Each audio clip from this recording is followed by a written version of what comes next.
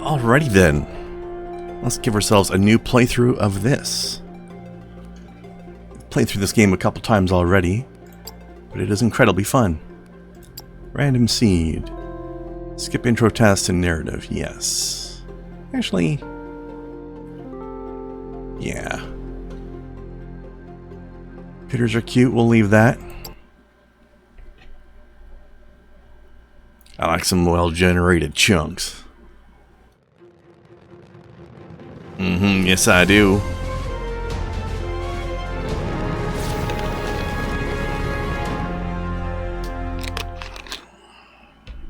Welcome, operator. It looks like you already know what you're doing here, so I've gone ahead and placed C3BB in your inventory. Good luck. My inventory. Okay. Let's see. This little guy right here. So this is our little quest fella. Let's put him down there. He's very cute.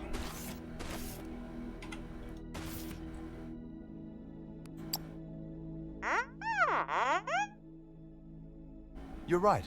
We need a machine that is able to craft common items. I'm glad you have the blueprint stored. Let's go ahead and research the assembler.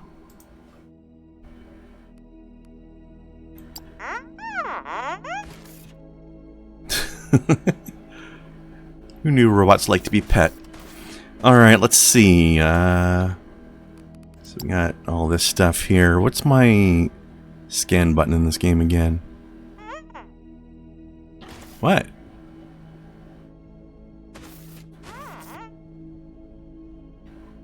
It's not V.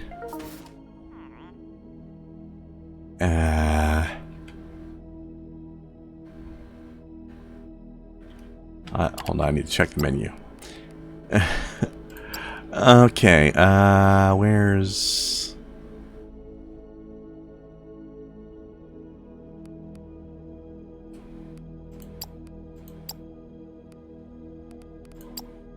Where's key bindings at?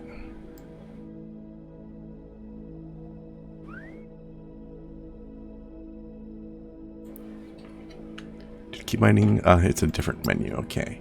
Where all the scanners separate as an item. Right, okay. I got Technum over there, and Xenoferrite right behind me. Okay. Well, good. I'm glad I'm blind. So I like how all the resources in this game are renamed. They're all the equivalent of things we have on Earth, but they're renamed. Like, we got Xenoferrite instead of iron. And Technum is a blue metal that is essentially the same thing as copper.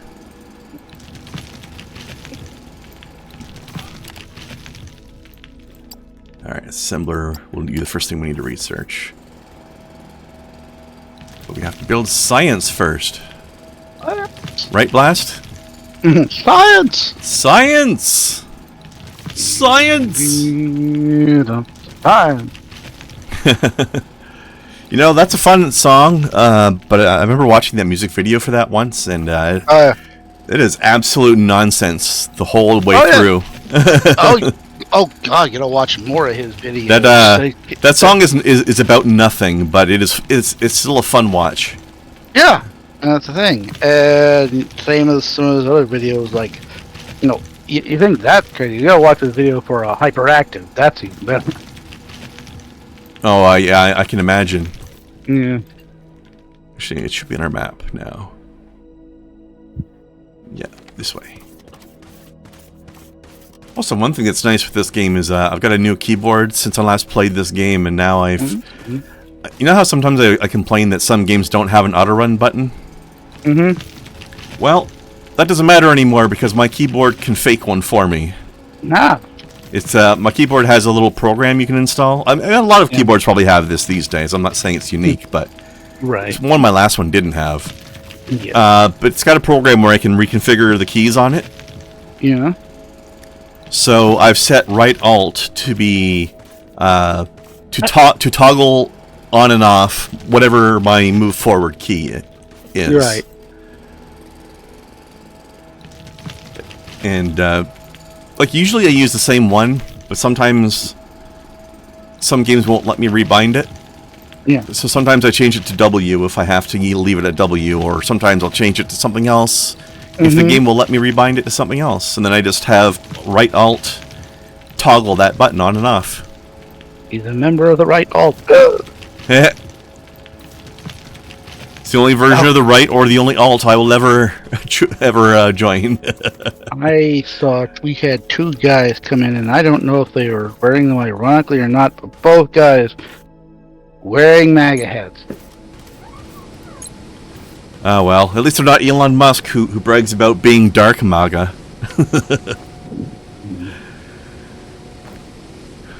Alright, so right now we've got a smelter built into our drop pod here. It's a little inefficient though. But it's also free, we don't have to fuel it. Ah. Alright. Also, a nice thing about this game that you don't see in most factory games, the smelters also turn them into usable shapes for you. Like, this game does not use ingots. It just goes, when you smelt technum, it just turns it directly into rods. Yeah. And xenoferrite ore gets turned directly into plates. So we can just use that to make stuff immediately. Alright, crafting menu, let me see. First thing I will need is... Well, we're going to need smelters and stuff, but miners and biomass burners, let's see. 2, 3, 4, 5, 6. 1, 2, 3, 4, 5, 6. And then let's say 10 of these. Okay. So this is essentially what happens when Factorio and Minecraft have a baby.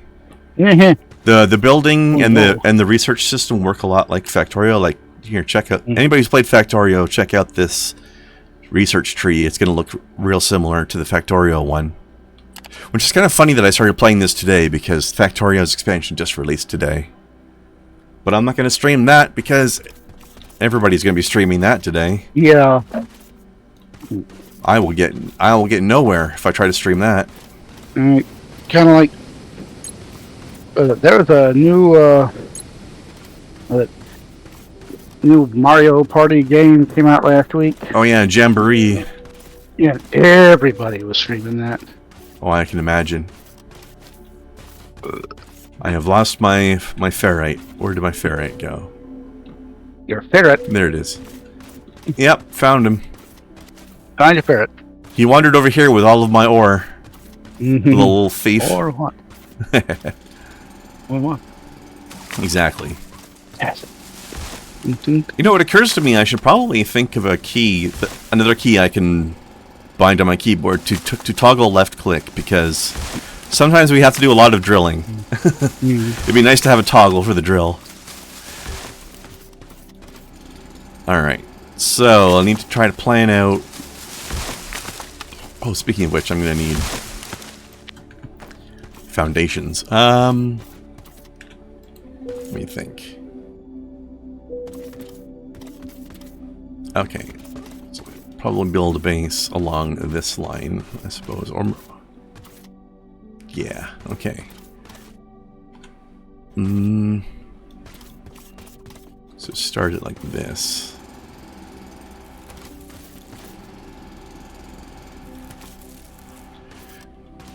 So we need, similar to Tectonica actually, we need, our power gets transferred through floor tiles rather than through power lines. So I need to set these miners that I'm building up on foundation floors, then have the same foundation floors connected to biomass burners. So let's do something like this.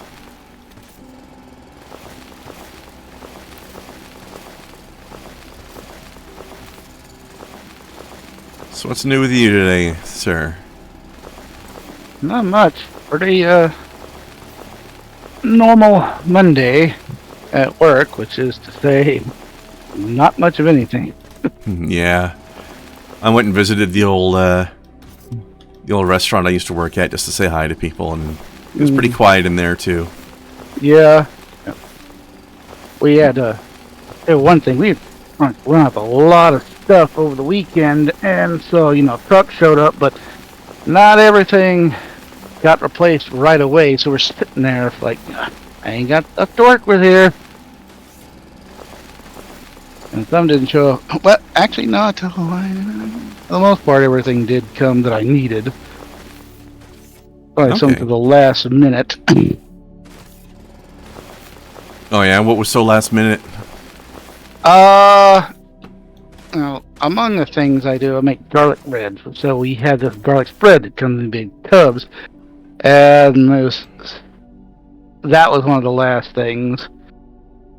Also on the hot food line, every Monday we do hamburger steaks, right? And one of the things that's normally on there about every day is either rice or mashed potatoes, and with the brown gravy. We were out of gravy. Uh-oh. Until about maybe the last hour or so, I finally found it off the truck, and our cook quick whipped that up. But it's like, good grief.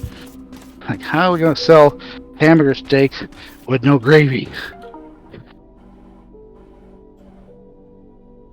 Yeah, that's not great. Nope. Okay, so let's see.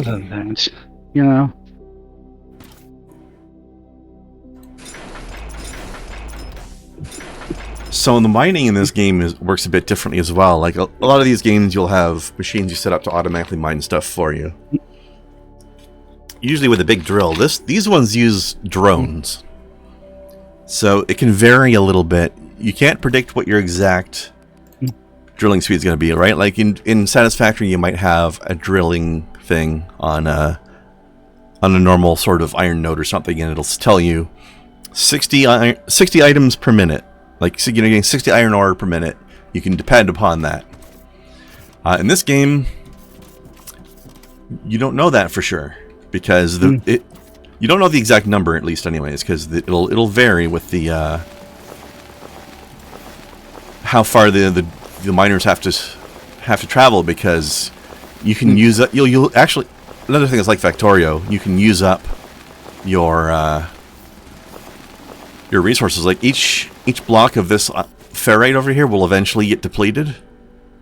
So as more and more of this stuff gets used up, they'll have to travel farther and farther out to get more.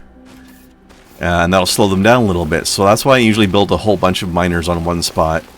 I don't know what the ideal number is, but I'm thinking what I'm going to do is... What I used to do is build... Actually, I don't know why I'm doing this too wide. I used to do... 5 next to each other in a row. But their operational range won't go as far as how far wide the iron node is. So I'm thinking I'm just going to put 3 on each side instead. That way I don't have to move them later. They can deplete both ends of it roughly equally. Also, can I craft...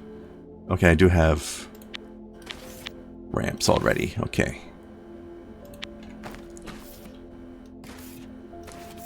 Alright.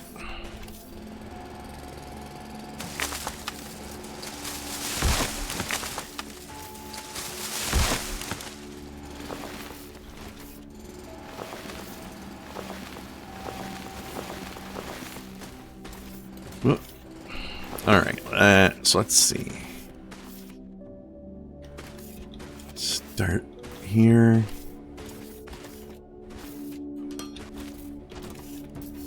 Gotta build these 4 wide because you need room for loader machines and the conveyor belts. So let's see. Ramp. Conveyor belt.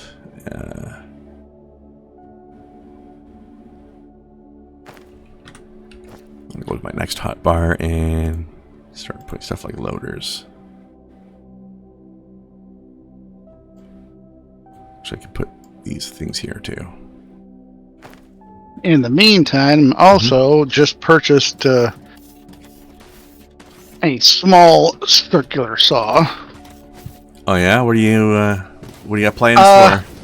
I got some piece of masonite as I'm going to cut into the base for my dungeon tiles. Okay. So, these sheets are like 2x4, and they could probably cut them into maybe 1 foot pieces at the Home Depot, but smaller than that, I'm going to do myself. So I figured I get that. I'll probably use it for some other stuff later, but it's a cut-off saw, so it doesn't have like a blade with teeth. It's like a big grinding wheel, but this masonite paneling I'm using is only about like 1/8 of an inch thick, so that ought to be plenty good for that. Yeah, fair enough. All right, so Been watching a lot of terrain making videos. this is a little overkill this early in the game, but screw it. I'm building 10 biomass burners. Mm-hmm. So they have some nice quality of life stuff in the game here. Like we've just got this input button here. Mm-hmm. So since this only takes one item, it knows what item it needs, which is biomass. So I just push this button. Boom. I put in either all the biomass I have or a full stack's worth if I don't have... if I have more than that. Boop. Right. Boop. There we go. I had 2 stacks plus a little bit. Yeah. So 3 button presses, 3 of them are full. And now here I go my drones. Yeah. I don't remember if the game tells us what their range is. Oh, range 6. So each miner has 4 drones, and they can travel up to 6 blocks away from their little home base in here. And if we look at our scanner, we can see that this seam goes 4 blocks deep. So they'll be able to do about half of this, and so eventually I'm going to put more of them on the other side too. So now we need some more loaders and some smelters. Let's see, 1, 2, 3. Probably need some more belts as well, but and here's our science. Yeah.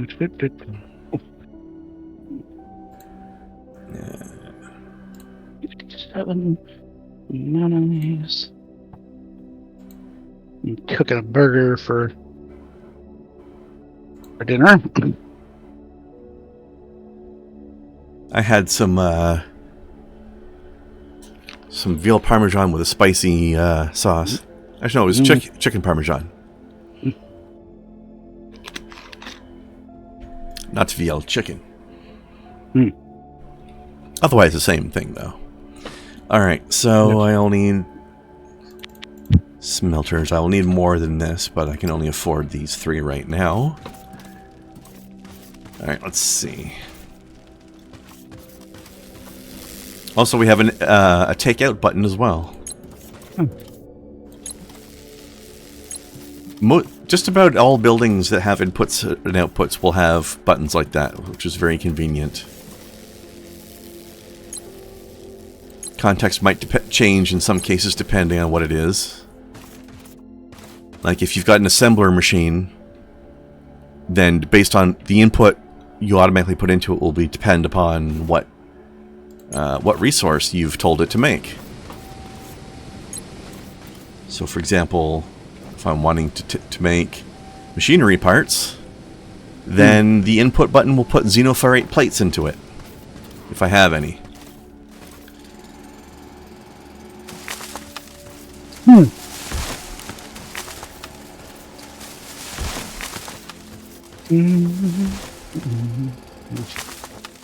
Okay, let's see. Oh, I've got a tree seed, so we'll plant that. We'll get another tree back later.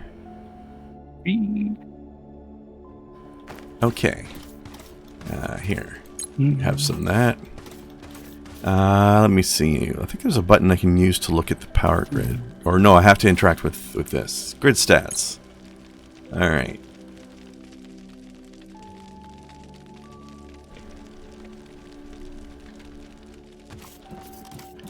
Yeah, like I said, watching some terrain videos, basically Get that stuff, some foam board, and some craft paint. Oops. Make whole tiles for your dungeon.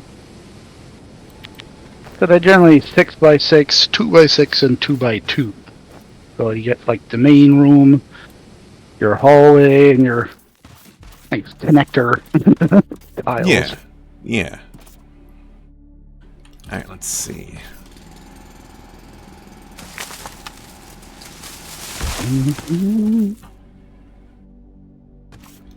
Actually, I think I'll do the ferrite side first, because I think I use a bit more ferrite early on. Alright. So now I'm going to need to start building some stuff to smelt and assemble. And I've learned from the past, you know, I got to make sure you don't crowd stuff in too much. Right. So I don't want my ferrite smelters and my technum smelters too close to each other. Yeah. So I'll build them off in opposite directions. Clear a little bit of space here and get some more biomass. There's not much use for the stone that you collect from drilling.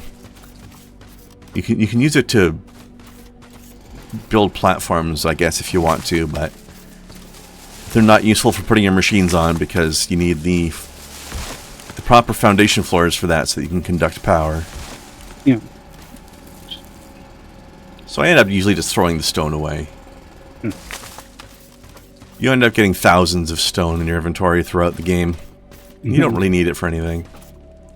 Okay, so they're mining that out. They've stopped mining for now because the machines are full. But, let's see. I guess I'll build the smelters this way, but I'll leave a bit of a gap.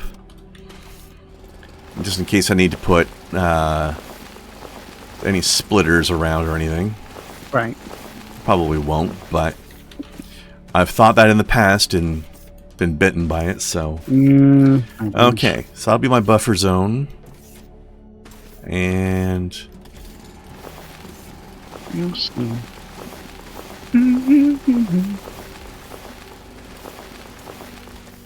Hello, random critter.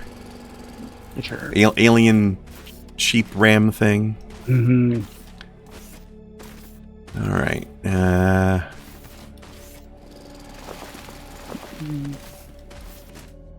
think these guys are 2x2s. Or 2x3 actually, but 2 deep.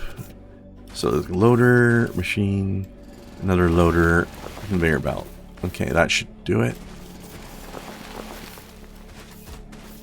Wait. Also, I keep hopping up and down because there's a setting in the game where you can have your character automatically climb up one step. Yep.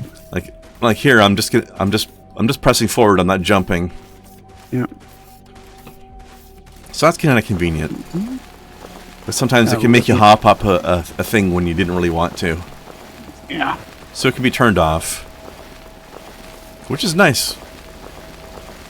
Some of these games need more quality of life settings to them, you know? Yep. Alright, let's see. I'm going to make room for lots. Lots. Because as the game goes on, I'm going to want lots of room for smelters. Actually, I remember another reason why I'm doing this is later on we get a refined or like improved smelting process where we can crush the stuff down first. Yeah. Because I think what's happening is we're just doing crude mining right now, so the ore we're getting has chunks of rock in it, so it doesn't smelt down as well.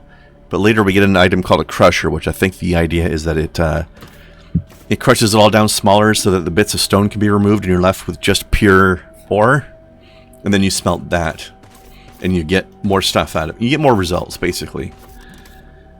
Okay. I'll do 5 smelters for now. Let's see. 2, 3, 4. Well, I only have 5 for now anyway, but...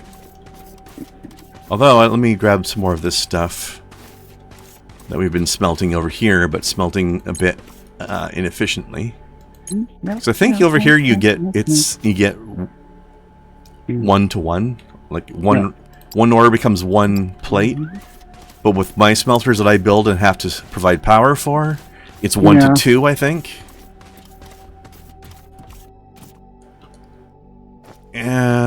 Well, here, let's see. Manage inventory.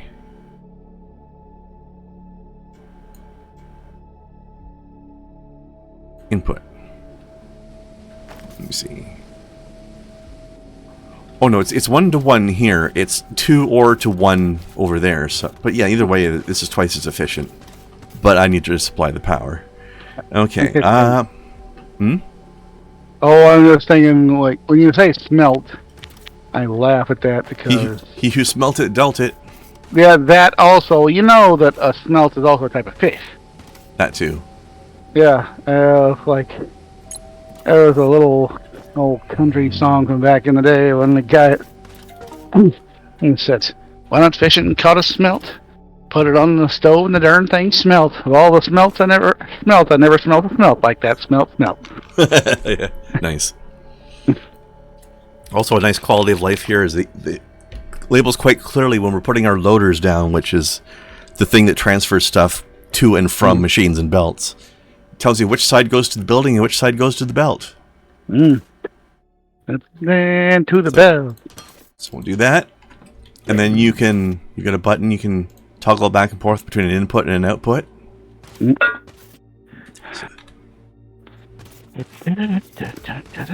Oops. We can also change that here. Oh. You know, I look at stuff on the little band merch. It'll pay you like Entertainment Earth and what used to be Right Stuff, Crunchyroll owns it now, and you see these figurines here, and so I'm looking at a character from this one anime. It's like a 1/4 scale, so that's gonna be about 14 inches, I'd say. I know my... Damn. She's gonna like that. And, but it's $405. And my thing is, the hell they charge? They actually charge them for this? And then the other That's a lot of money. Yeah, but there's probably, there's also people out there that would pay that much for it. Oh, yeah. Like, there's this guy I saw on YouTube there who, he bought what do we call it? An Imperial Titan miniature. Yeah. You know, a quote-unquote miniature, because this thing is actually, like... Yeah, even in half scale, the size of a person. Right, even scale with the little miniatures from 40K, it's gonna be gigantic. And I believe that was cost of $1,000. Ugh. Now... that's one thing I wish they'd kind of bring back. I mean, that one goes back to almost the original Warhammer 40,000. At the same time as that, they had their game Adeptus Titanicus. And that was what they called epic scale. So basically, the Titans were something that could fit on the tabletop. Now, when you had your other armies, the tanks and the miniatures were like real little. Now you'd have like maybe a whole squad on on a base that would normally fit one figure. So that was amazingly detailed painting for some of them. Of course, you couldn't get full detail, something that small, but yeah, and they had, that's what they called it originally. Later, when they brought it back, and they just called it Epic 40K. And then they also had an Epic Fantasy, Epic for the Fantasy version as well. Of course, that's when they also had games like what was that game? Battlefleet Gothic. Oh, yeah. Which was ship combat, and then you had Man War for fantasy, so that was like sea ship.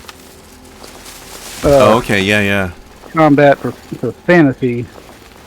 I've heard. I know there's I I don't know if there was a board game version of Battlefleet Gothic as well, but I know there was a computer game version, which I've heard good things about. Yep. And that was also at the same time as, well, I think at that point, those are still, if you were a collector and had the older stuff, or somebody was custom making some of the old stuff. I think Necromunda was out of print at that time, which everybody loved. And then you also had Blood Bowl, which now they're kind of back. I've never played it, but I actually do have a copy of the board game that was left behind by a friend when he moved out. Mm. And there's been, I believe, 3 computer game versions of it as well. I believe so.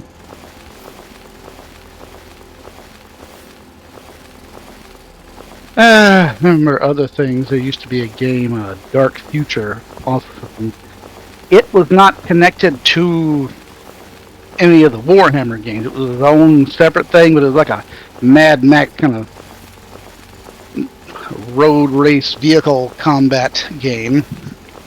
Which I think there is a computer game. There's a PC version of that still.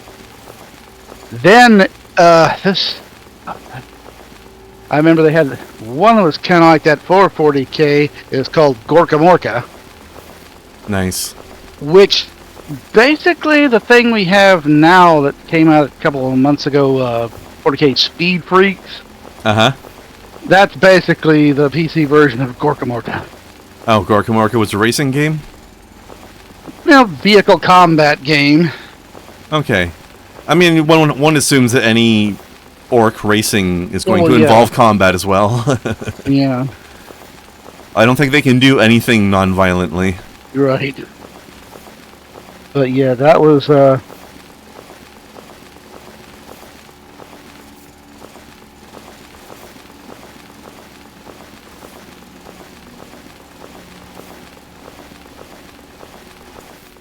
we go.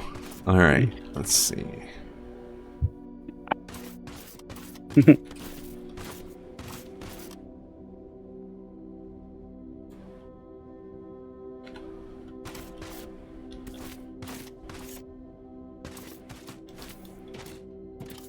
Yeah, I built it slightly wider than I needed to, but that's okay. Okay, I need more materials from our smelters. Actually, what am I lacking?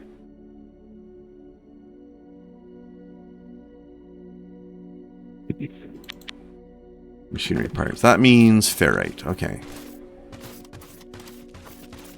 Need to pick up more ferrite.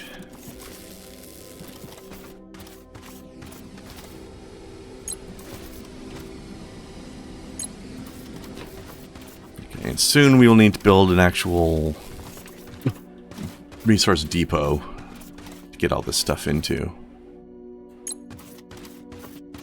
So we don't have to keep visiting the smelters all the time. Mm-hmm. Alright, let's see.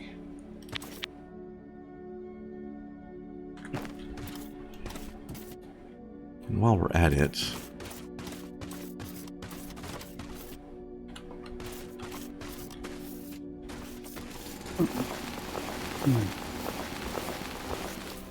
Alright, let's see. Ooh. So, Hell's Paradise Series Season 1 is on Blu-ray. Sorry, Season 1 of what? Hell's Paradise, Oh, okay. which I think I've mentioned this before. That's like, I mean, I bought and read the entire manga series. So when the anime came out, I was definitely watching that, and now I can get. Now it's on Blu-ray, which I like. We'll say buy physical media. It's nice to have. Yeah, you never know these. Especially when the service disappears or something. Right. Mm-hmm. Okay, let's see.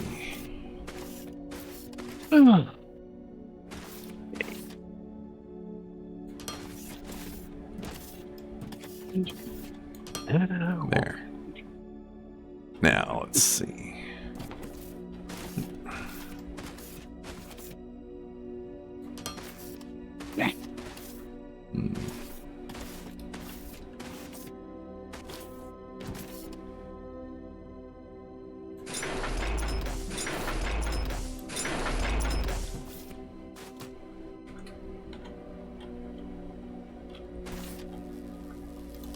Yeah, I make fun of these people who buy these figurines, and now I'm looking at figurines from Hell's Paradise. Said, "Ooh, that would be."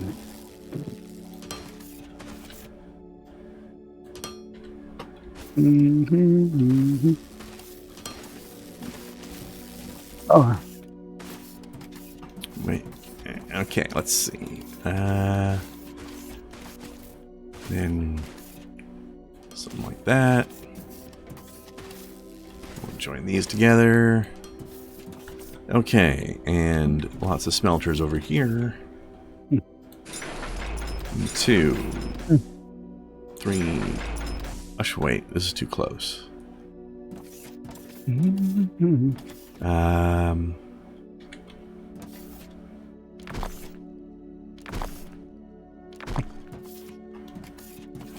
I need to build more blocks. Alright, let's see. I also need more conveyor belt. More ferrite, please.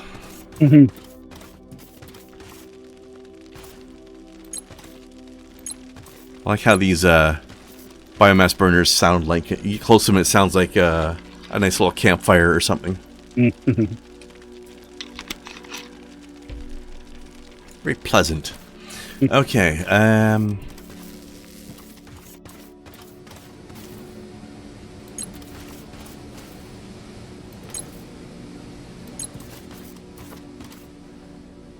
aligned those strangely. Hold on. Move those.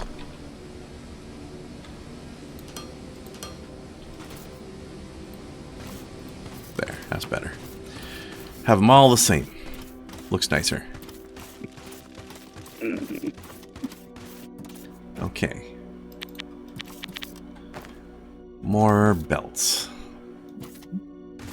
Let's see. How about like that? And then we can start with the smelters. All right, 1, 2, 3, 4, 5, 6, 7, 8, 9, 10. Oh, perfect. I didn't think that was going to fit so perfectly. That was a lucky guess. Alright. Bring that over to Nya. Now I'm going to need more loaders. Alright, you guys go to input mode.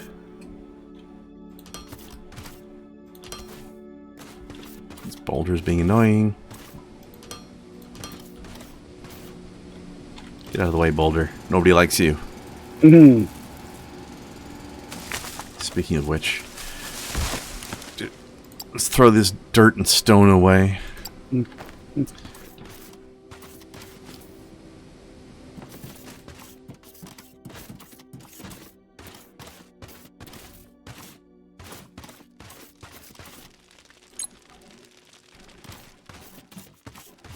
I have anything left in here? Nope. Okay. Won't be using those smelters anymore.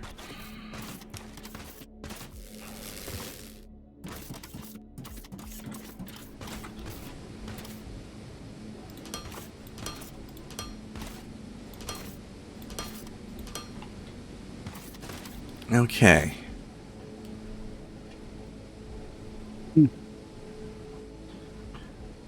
Alright, now we need to research assemblers, for which I will need research servers. Just make one for now, because I don't have a lot of resources. So I gotta decide where I'm gonna put my depot.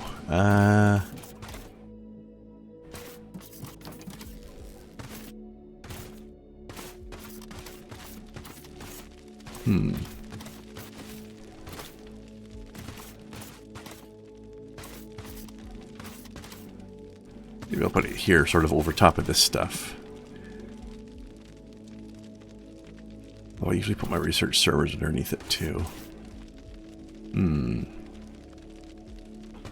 So I'll put it over here a bit then.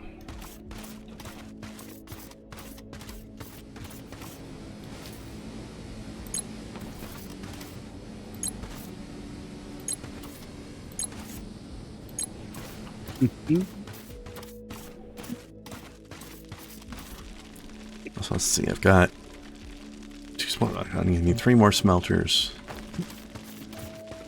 I'm gonna want 3 more smelters anyway, because I've decided to do rows of 10, at least for the moment.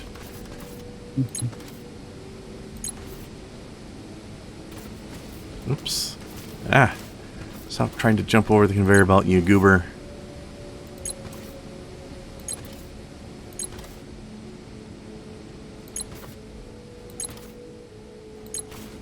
Okay. 3 more smelters.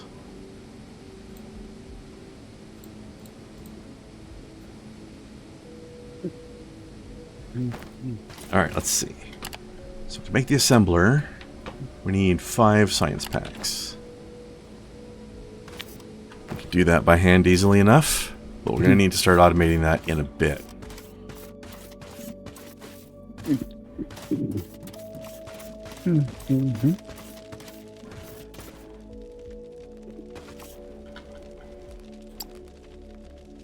Okay, let's see. I've got a ladybug on my monitor. She's watching me play. Alright, let's do it like this. Let's see.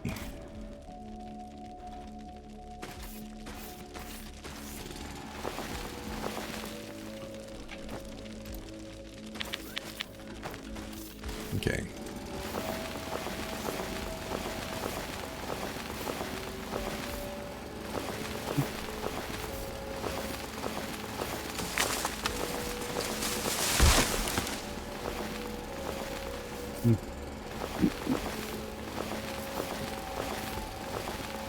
Forget how large these guys are. Research server is 3 by 4 by 3. Okay.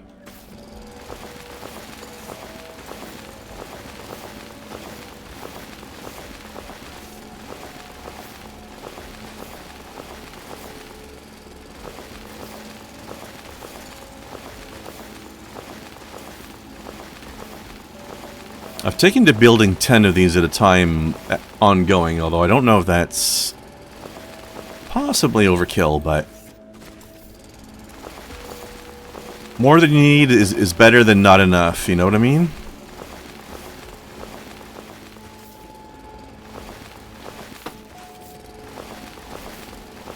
If I've got too many, that's okay. That doesn't hurt me.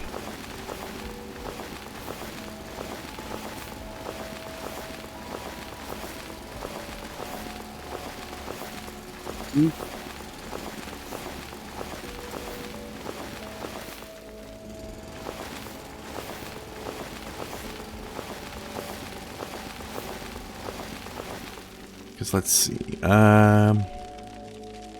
Max power 200. I'm not sure if it uses power when it's idle. But even if it does, it's a lesser amount. Okay, let's see. Research server, let's put you on number 6 for the moment. Okay.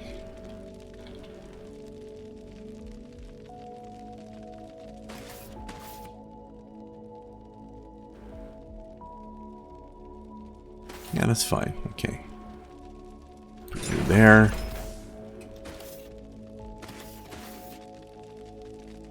Input science packs. Alright. So that'll churn away those science packs until our research is finished. Eventually we're going to have 5 different inputs automated to this thing because it can use up to 5 different types of science packs by the end of the game. Or at least by the end of the content that's in the game so far. I don't know how much more content they're going to add. But we are in early access, so... Alright, Now, our resource depot. Usually have it straddle these guys.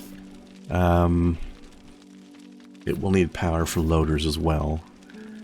Let's see.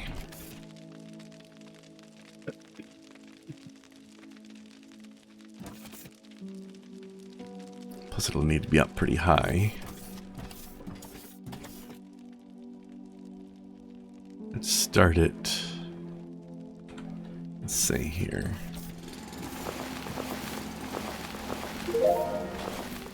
Hey, research complete.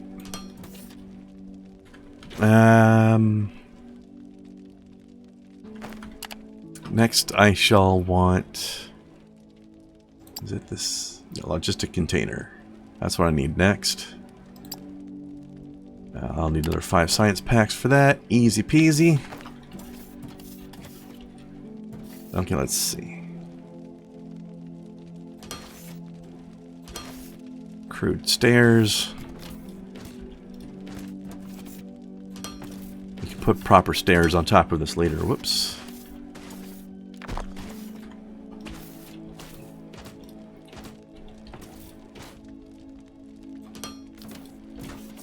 Arg. Backing up far too aggressively, and I even turned off run mode too. Okay.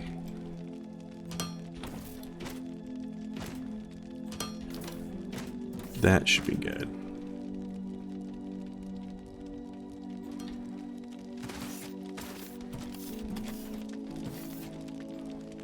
Oops, no, not that.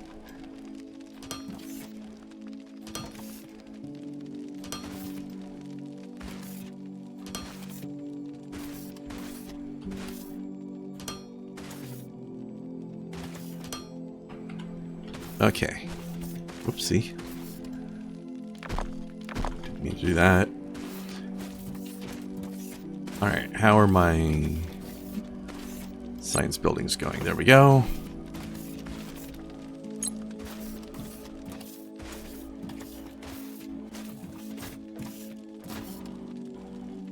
Alright, now we shall do a little something like this.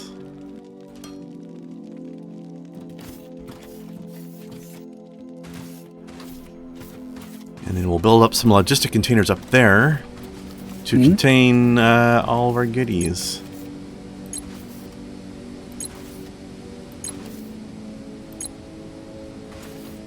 My power system is a little bit strained at the moment. I need more biomass.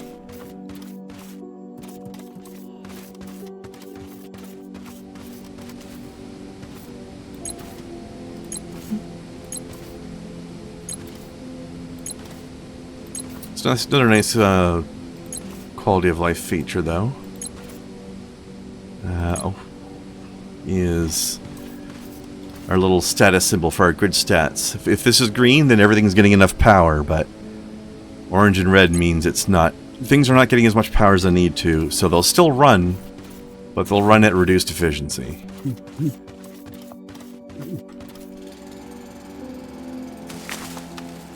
Pretty much in a linear way you'd expect. Like, if they're getting half the power they need, then they'll be running at half the productiveness.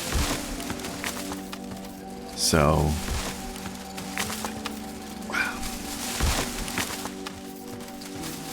not ideal.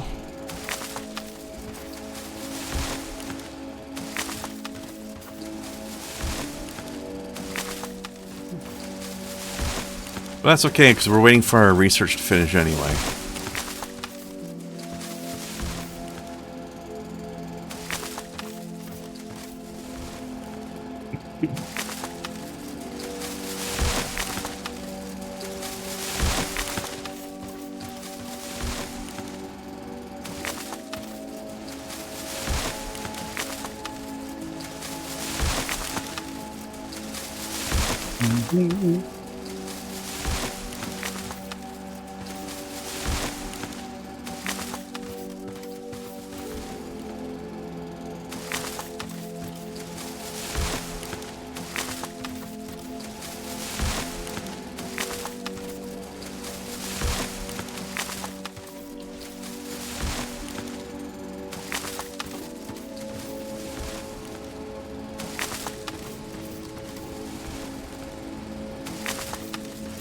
Okay.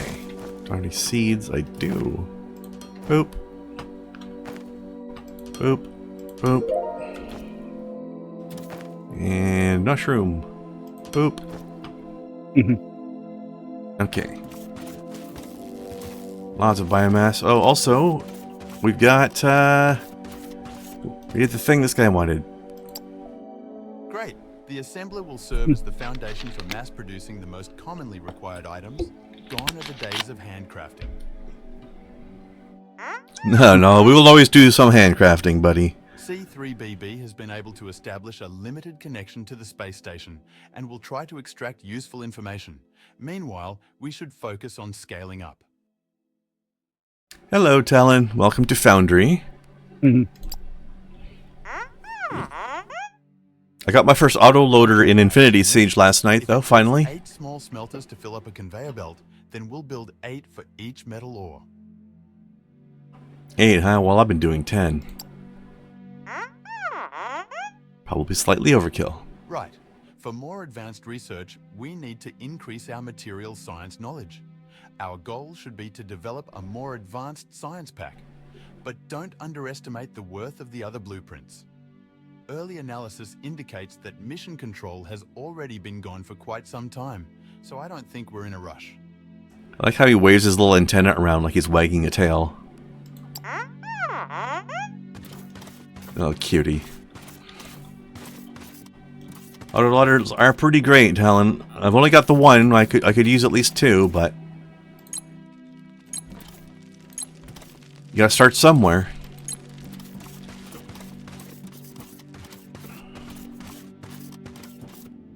Alright. I'm going to need more flooring.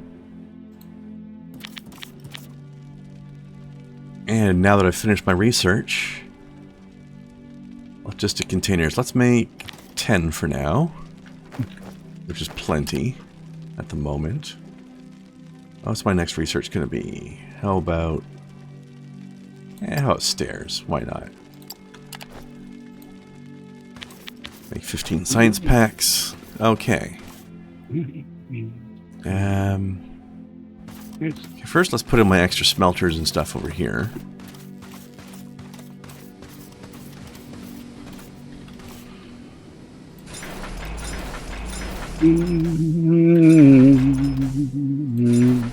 I agree.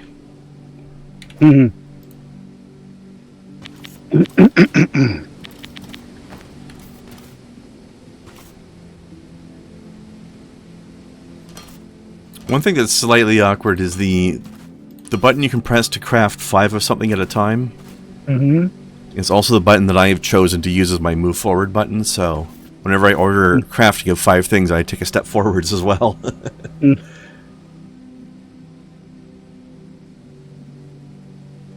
For the time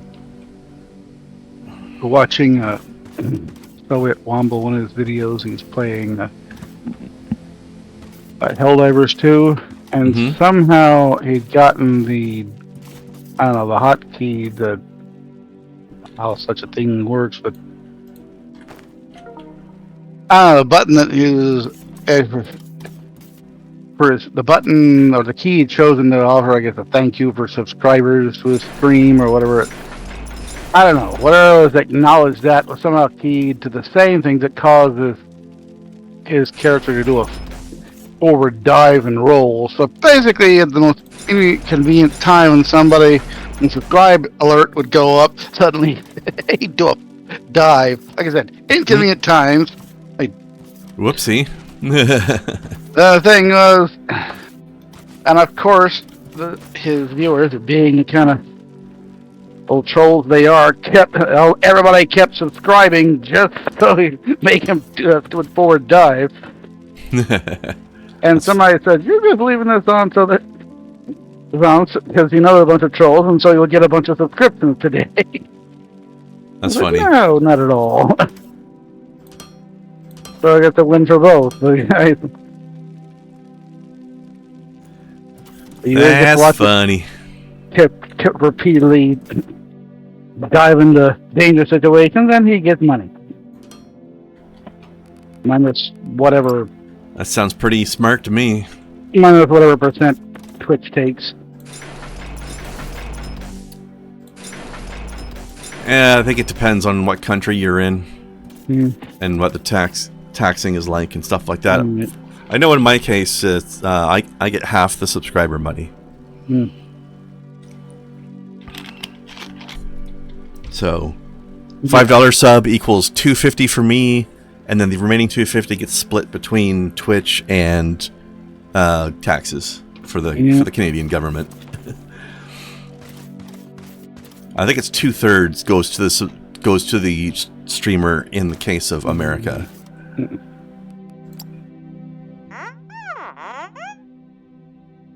You're right. Goes This so will provide that plates and rods.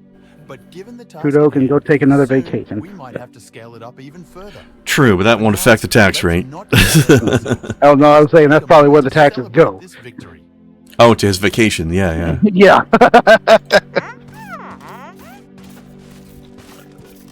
Very likely. All right. Boop. Wouldn't want to spend the taxes on something silly like actually helping the citizens. That's crazy talk. Mm. All right. Let's see. About here.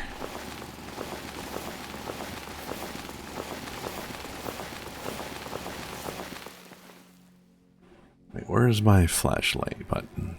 L. L for light, I guess.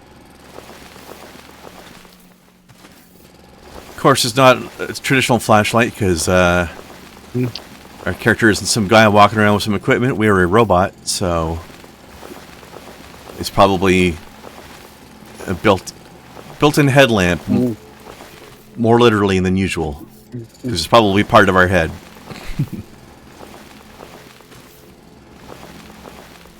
Okay, let's see. 1, 2, 3.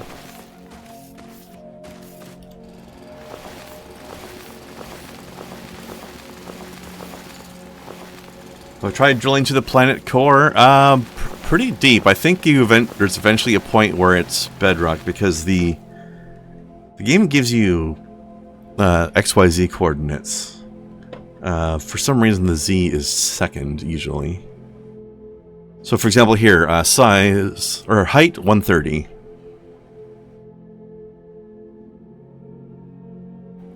So we're actually, isn't there a thing that tells us our current coordinates ourselves? Yeah, there it is, in the upper left. Height 134.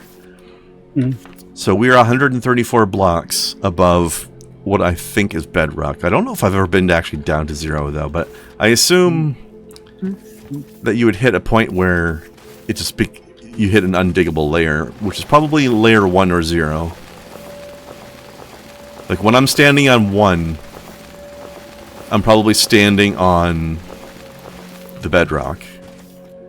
But I have not actually tried it because that would take a long time. Ain't nobody got that kind of time. Oops. Alright, let's see.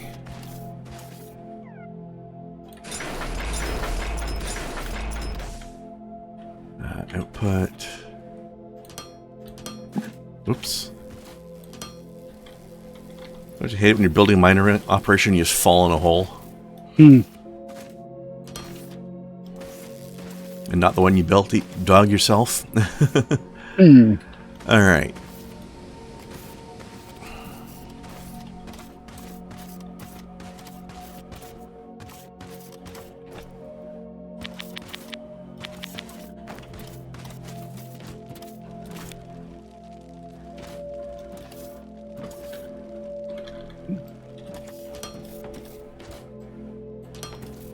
I don't know what kind of builds other people have done for this, so there might be a better way to do it, or a more nicer looking way to do this, but this is what I've been doing. Alright, let's see. I find that if you build it up off the ground a bit, like I've done this raised platform, that makes it a lot easier to lay out your conveyor belts to get into it. Okay.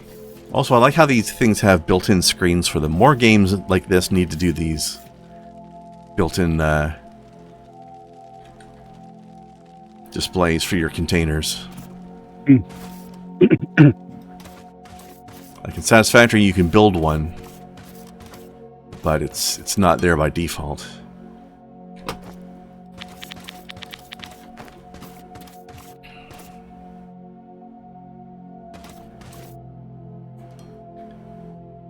Okay, let's see now. Once we get this done...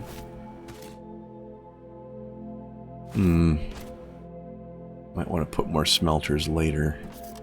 So I'll want to future-proof this a bit. I'll make a longer conveyor belt this way.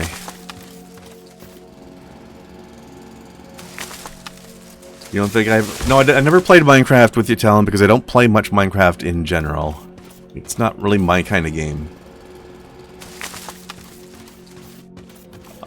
I like having an open world to explore and dig out stuff and build stuff, but there's just...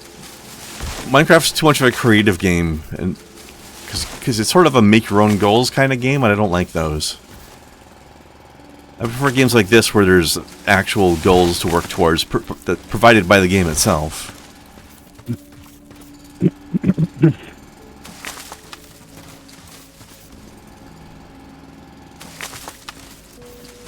So far, this game is the closest thing to Minecraft that I like.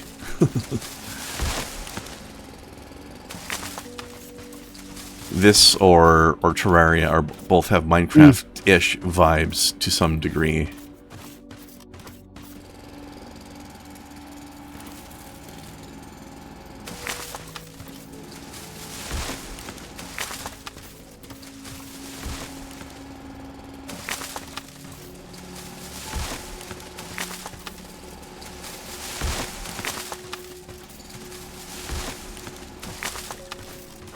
Okay. That also gave me some time to craft some more belts, which is nice. Alright. So, let's see. Let's go out to there. Do a turn. Do some uppy ramps.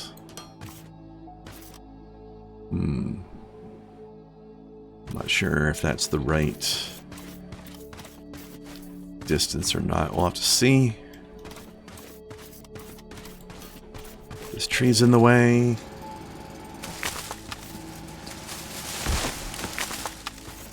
Also, Talon, speaking of conveyor belts, I've noticed that in Infinity Siege, conveyor belts cost automotive capacitors, which is very upsetting for me, because that's going to take away core output from my base.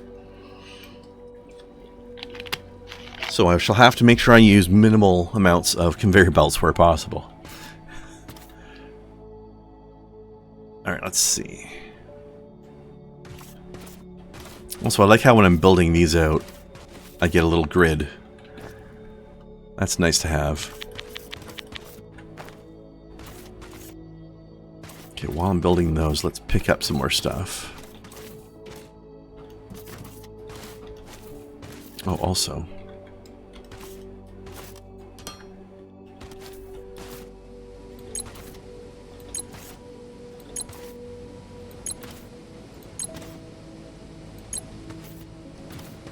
Okay.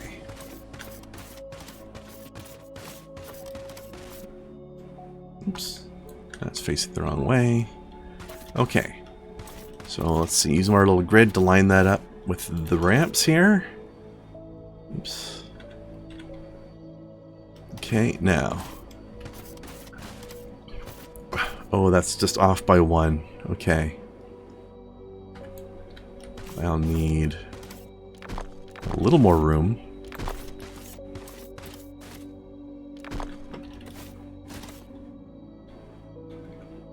Okay, one that way. Okay, that should do it.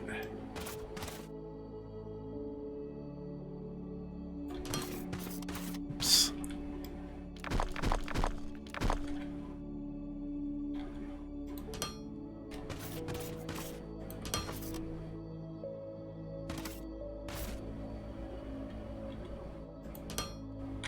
Not need. One more over. And there. Okay. Now, put some loaders down, or in this case, unloaders.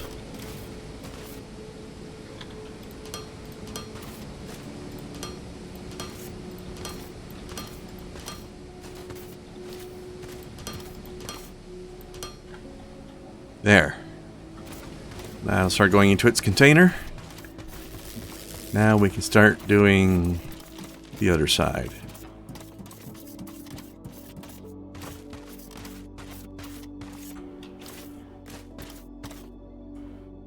You know, once I get gold, it's less of an issue. Actually, yeah, that happened to me last night as well, Tal. And I did finish up a tour. I went back to my base. I checked the shop, and they were selling automotive capacitors in the store, which is something that's entirely unheard of generally.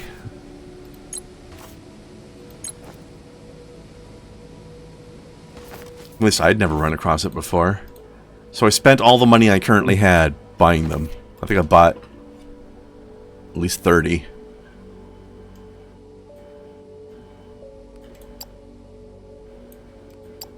Anyways, it was some sort of crazy amount. Got to the point where I was able to build so many...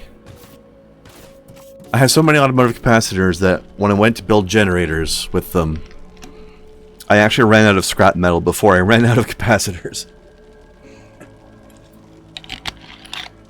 Which I also needed for the utility walls to put the generators on.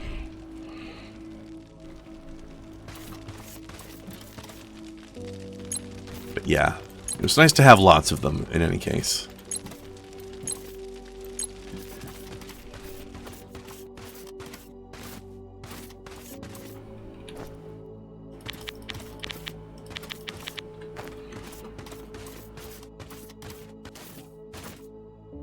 I think stairs are actually the one thing in this game that we do use stones for.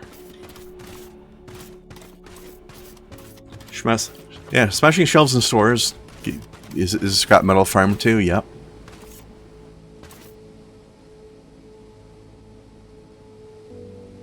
Okay, now let's do a similar thing on this side.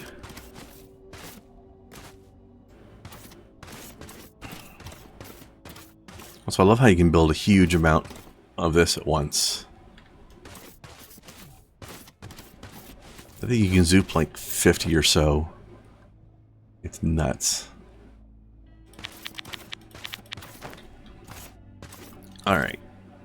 So... I should probably dig this longer. Here.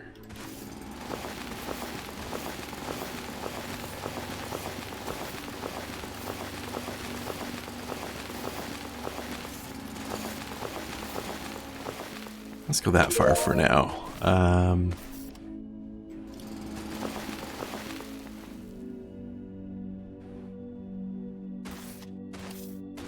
Okay, stairs. I'm not sure how many I'll need. Not a lot. Alright, next research will be...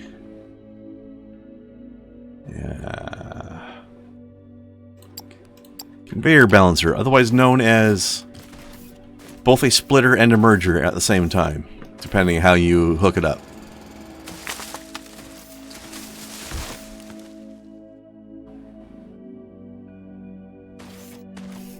Wait a minute. I built that on the wrong, that lane on the wrong side. Silly me. Although it will be needed eventually anyway.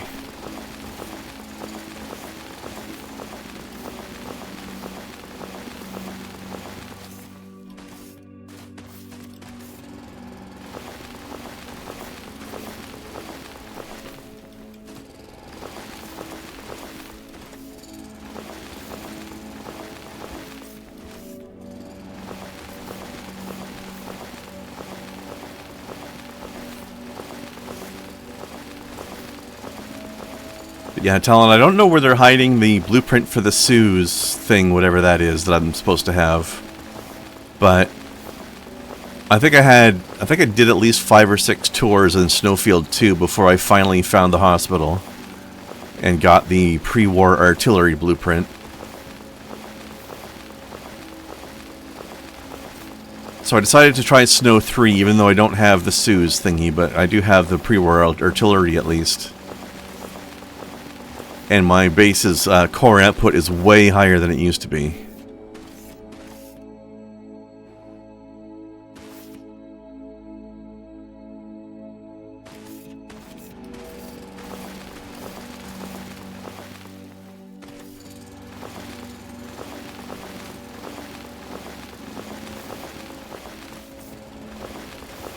It used to be like 160, and now it's like 530 because of all those capacitors I bought.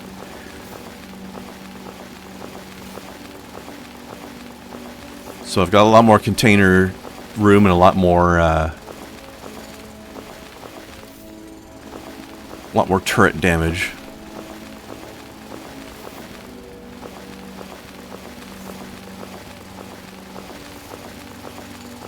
So even if I don't have the Sue's thingy-majig,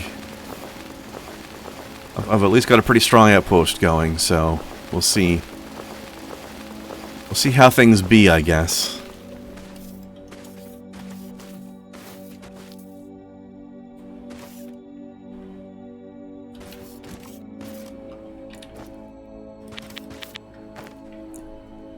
Yeah, the CIWS. Sue's.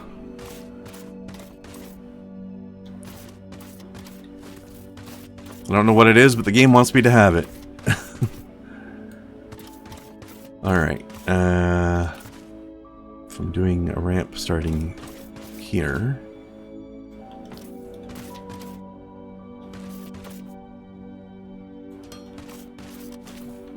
Then... let's see. Is that... I think that's the right height.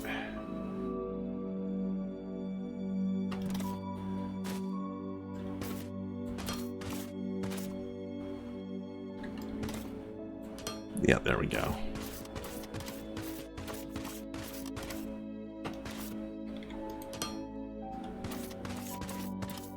Nope, no wait. That's right.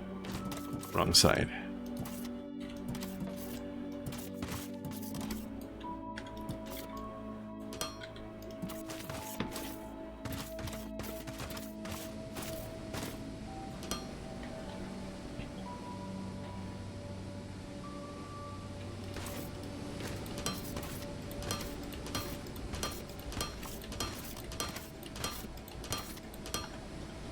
Alright. There we go. That's going to storage, and we've got room for more smelters. Oops. I accidentally hit my Windows key. Okay.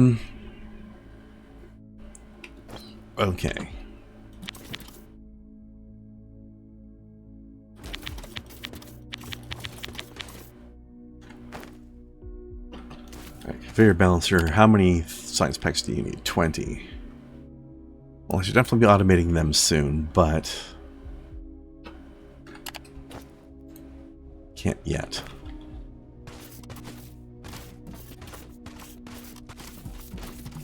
Oh, wait. I've got stairs now. Well, I will once I start getting more stone anyway. For now, we have our little stuttery, bouncy steps. So yeah, this thing shows us not only what's inside, but how much. Which is real nice. Ooh, what kind of noms did you bring, Talon?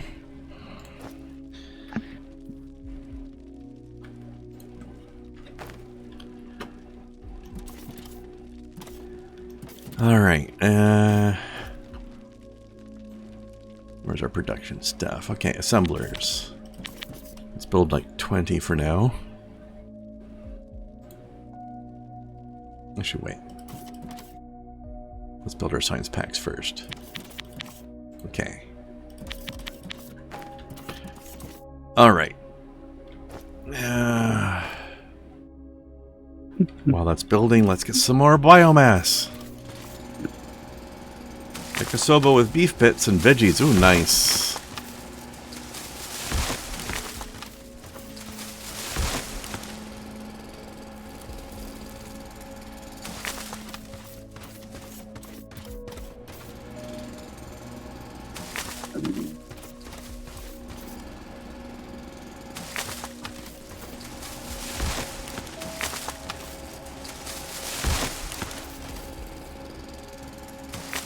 Soon we'll be able to research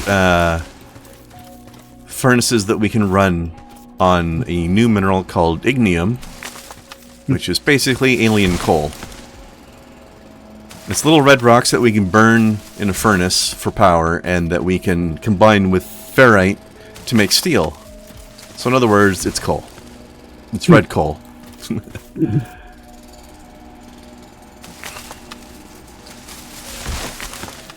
Alright,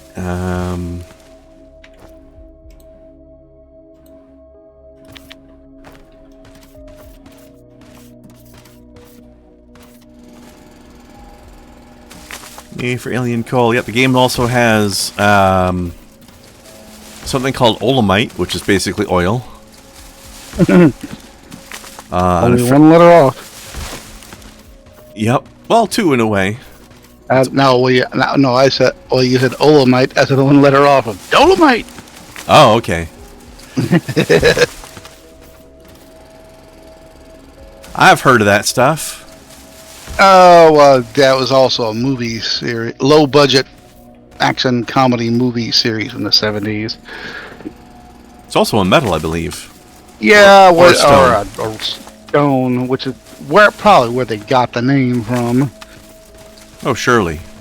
Yeah, but yeah, it's been kind of a cult classic since then. I mean, it's made on an almost non-existent budget. Made by this comedian who pretty much paid for the movie through sales of his albums. And they just got a bunch of friends together in some locations where he wouldn't be charged for it. I mean, it was, like I said, for little to no money. And, like I said, probably if not for just the overacting, a little bit of the comedy of its star, it would have fallen through the cracks. But it's kind of a, just, when you talk about movie makers who, like, hey, they lived their dream and did something, whether it was good or bad, they made the movie. I've been playing this other game called Planet Crafters, which is basically a walk around, collect resources, build a base, and then terraform a planet game. Yeah. And they put out a second planet that you can access. So like you can replay the game on a whole new map.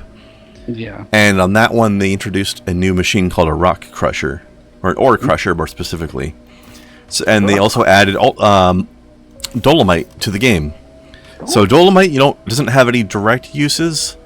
Other than being an ingredient to build the ore crusher, but then you put it into the ore crusher, and it gets reduced down to a random smattering of iron, titanium, silicon, magnesium,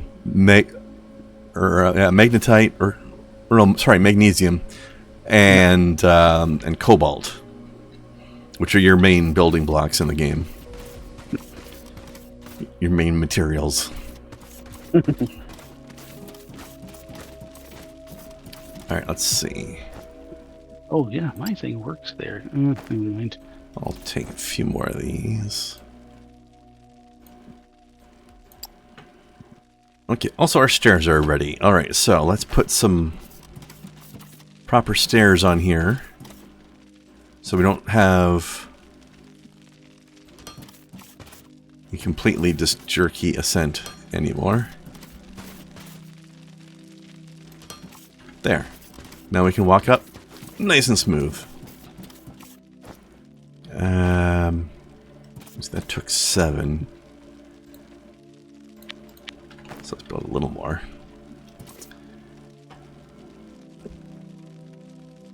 Yeah, which is surprising since dolomite only has calcium and magnesium and carbon and oxygen. Yeah, well, Planet Crafter is a fun game, but it's not 100% science accurate, for sure. I'm sure the terraforming process is not 100% science accurate either, but it's a fun game. And it's really satisfying to see the changes to the planet as you go. Especially since new passages and things open up as part of the gameplay loop.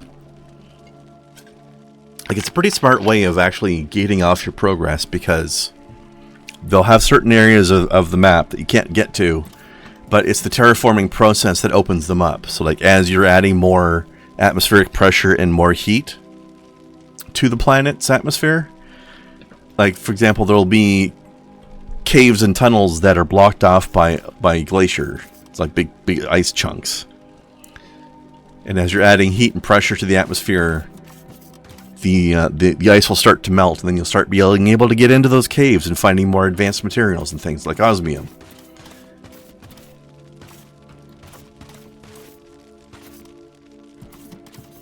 Or eventually roots will start to grow in places that will build very large, very strong roots that push boulders out of the way. And so like a canyon will become passable because some rocks have been lifted out of your way. Stuff like that. It's pretty cool. Yeah. Alright, what am I doing next? Other than waiting for science. Yeah, no, you're the one doing it. Assembler stuff. Alright, I want to start making assemblers in places to build components and stuff for me. Let me think.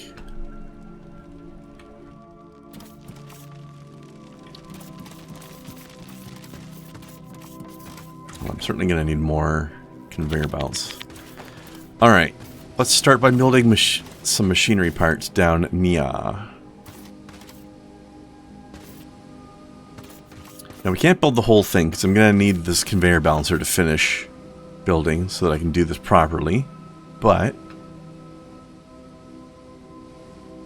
I'll build it on this side so that I'm not getting in the way of future smelters. Hello, ladybug. Please do not crawl all over me while I am doing stuff.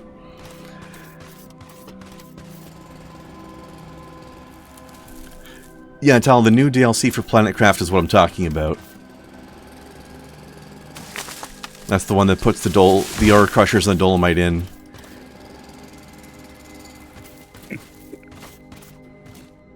Also, they made ice a little bit more of a pain in the butt at the beginning because you need to find chunks of ice to turn into water, so you don't die of thirst 50 times like I did. In the original game, chunks of ice were just kind of scattered all over the place. In the new DLC, they're not all over the place at all. They're only in one specific area, but there's tons of it in that one specific area. So near where the beginning is, you got to go. Well, you don't have a compass at the beginning, but I think it was west of the beginning area. There's some ice caves. You got to go find it over there.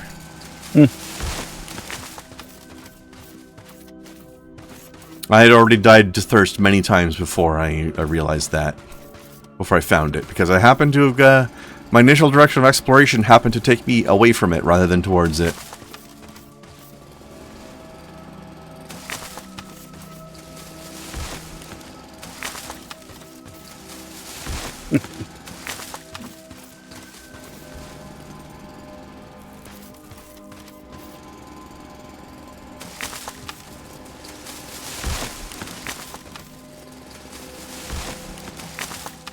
Oh, hold on.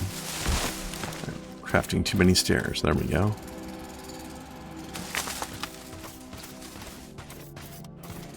Well, enhanced observational skills are very useful, Talon.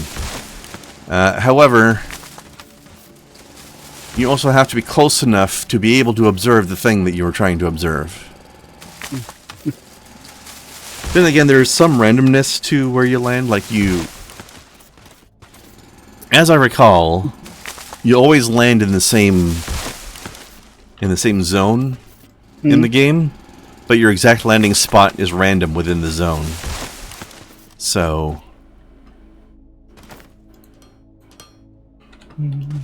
You could land closer to or farther away from the ice caves, depending.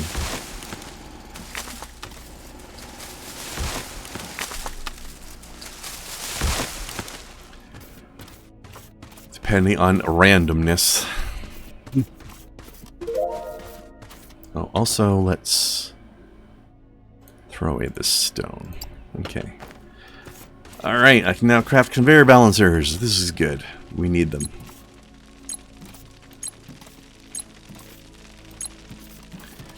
Okay, first up, we'll set up the next research, which I think will be more inventory slots for me.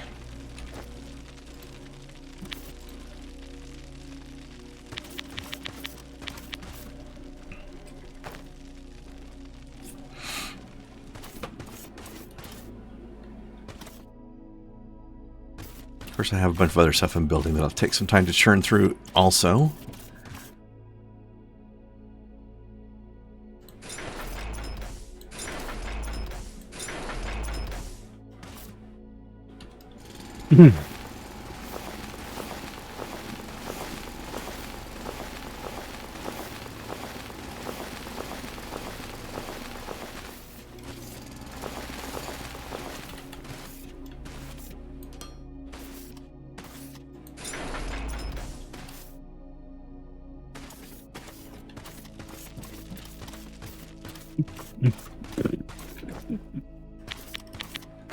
Eventually we can automate conveyor belt building, but we're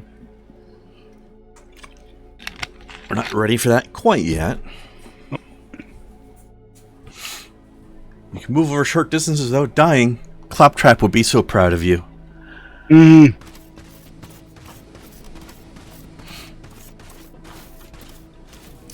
Alright, let's see.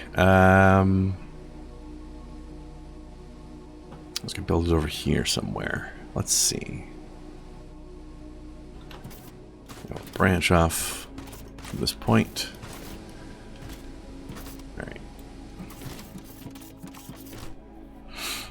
Alright, let's see. Let's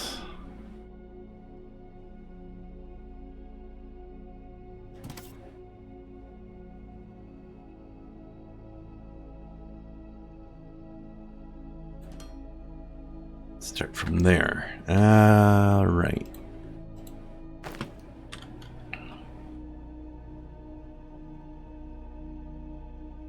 Actually, first. Actually, you know what? Let's put these stairs in place just so I can free up that inventory slot. I think I needed 7 though, so I might need to build one more piece. Let's see.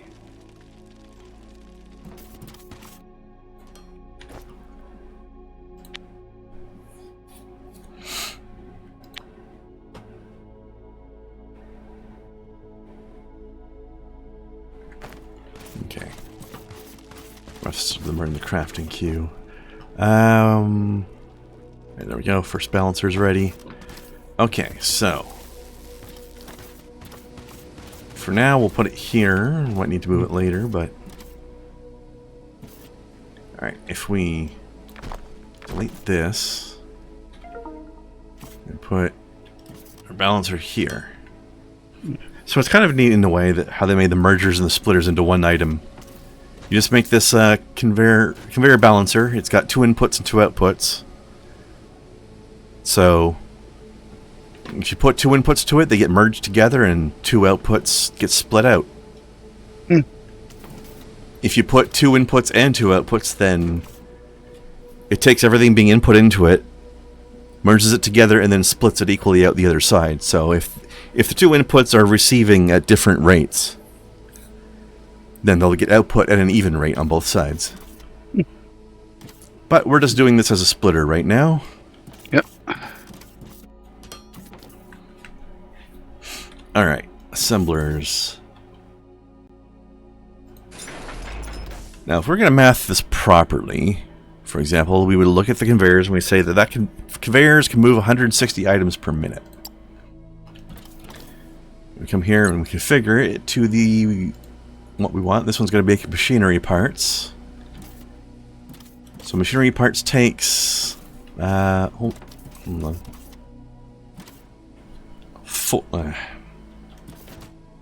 Actually, hold on. I think there's a button to make this.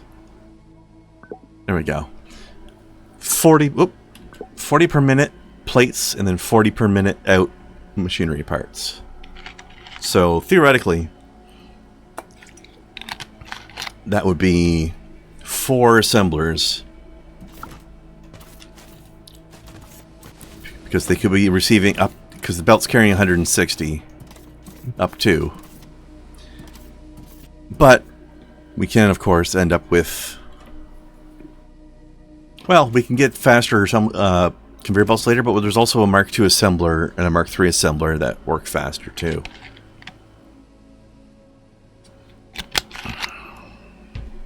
Of course, we can always modify things later. So I'll do the requisite 4. Let's see. Inputs.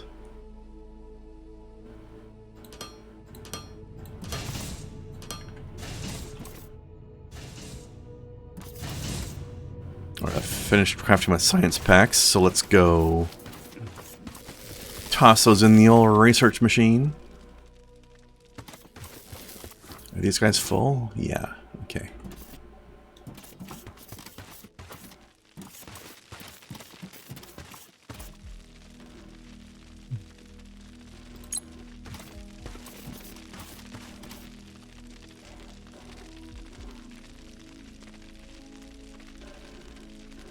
Claptrap doesn't talk to you anymore after you demonstrated you had opposable thumbs, technical knowledge, and the ability to poke buttons from a safe distance, not to mention the ability to climb stairs.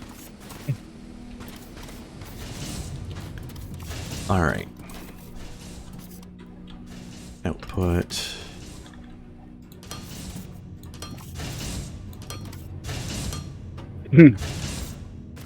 Looking at a picture of those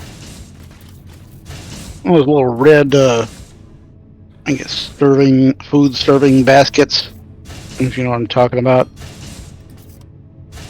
Like the ones you put fries in or stuff, you mean? Right. Little red plastic, kind of like lattice-looking oval-shaped basket. So I put, all food tastes 200% better when you serve them in these sweet bastards. It increases to 400% if you're in a bowling alley. That's a fair point. Oh god, one of the best places I used to eat, and they moved it, and now it's a different owner, but it's not near as good as it used to be in the original location, called Po' Boy Express. Po' Boys are like, sandwich subs or hoagies, on the long bread, but it's got a lot more of a kind of flaky outer crust, a little more chew to the bread. Not entirely clear on what the difference between a sub and a hoagie is. I mean, either. Now, Po' Boys, generally, it's the type of bread. Like I said, the bread's a little chewier. It's got kind of a flakier outer crust, but... Oh, I know the kind of brand you mean. That stuff's good. Yeah, and they put all kind of good stuff on there, and my particular favorite was the steak bomb. We got, like... 50 each. Really thin sliced grilled steak, like you'd put on a Philly cheesesteak. That, along with fried shrimp on a sandwich together. Nice. Yes, it's like heaven on a bun. They also made some great. They're cited best with their little seasoned potato wedges, po-taters as they called them. Po-taters. Yeah. Oh, po' boy, po-taters. That's fair. Yeah. Or as certain parts of England like to call them, tatties. Yeah. Tatties is like mashed potatoes over there. Well, no, it depends who you're talking to. Some people use it as just the name for potatoes. Yeah, or that's something of what noops and tatties. Because I've heard people referring to chopping potatoes up into French fries referred to as chopping tatties. No. Like, I'm thinking of neeps and tatties, which is basically it's mashed potatoes and turnips together. Which is not too bad. I like turnips. Or bangers and mash, of course. Yes. Same thing, but specifically for sausages. Yeah, these are particularly, I think, like some of the ingredients on there, particularly, I think the oats or whatever that are in the sausages is what causes that cracking and popping, what they call, or banging. What they're called bangers. I think I did not configure these other machines. Okay. I had mince and dumplings, which is just ground beef seasoned food, and it's got like dumplings is what we in the States would probably refer to as biscuits. Ah, okay. Lumps of biscuit dough in there, so when it all bakes together.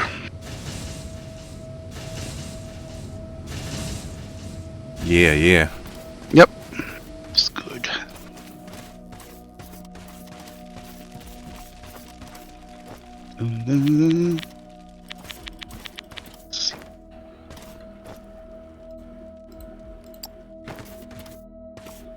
Do we have those other pieces of stair? Yes, we do. Okay. There we go. Alright, now, let's see.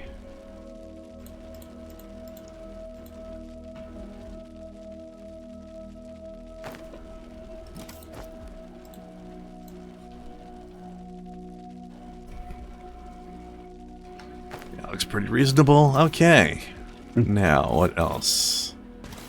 Okay, we need wire coils and electronic components. Oh, how are we doing for flooring? Not bad, but I can use more.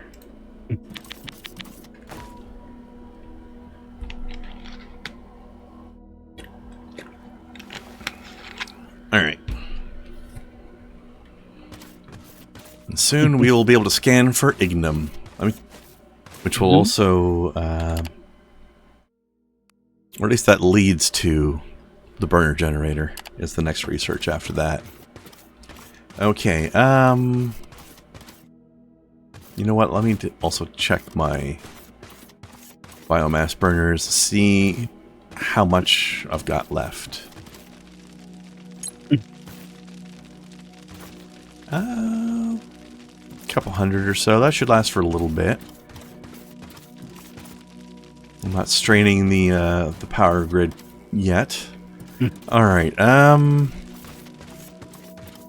let's start building components over here. Let's see.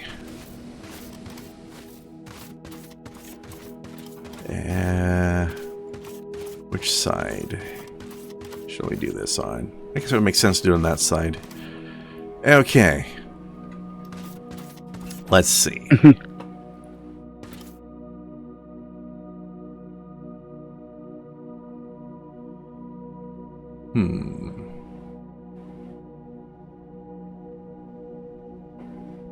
Although actually no, because the belt's over here. It would make more sense to do it on this side. Okay. Let's see.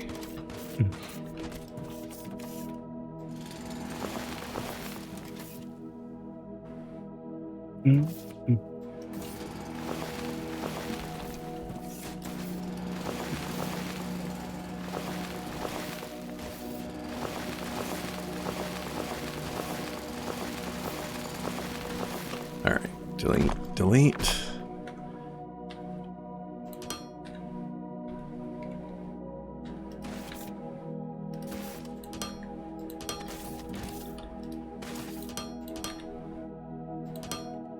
There. Alright, now. Alright, let's clear some of this out and get ourselves some more biomasses in the process. Alright, F1, what do you want? Character customization? Nah. We never see our character anyway. So character customization is good for multiplayer, but for single player, probably not a lot of point. Although, we might be able to at least change what our drill looks like, maybe? Let's take a look at what those options might look like. Let's see. Customize character. About a nice red.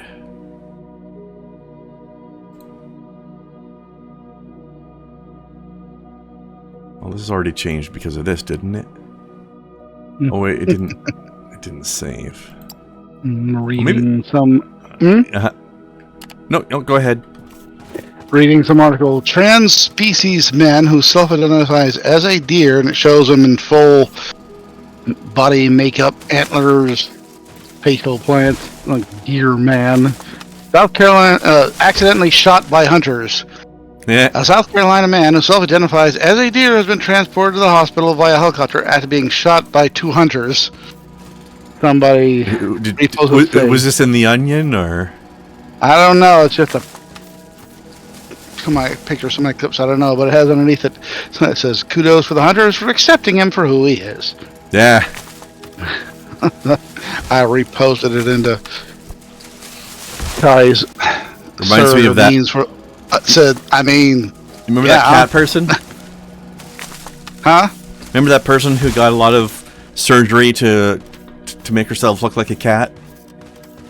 Oh. Like this was a real thing. Nope. I think she ended up dying because she did too much, caused too much trauma to her body's systems or something.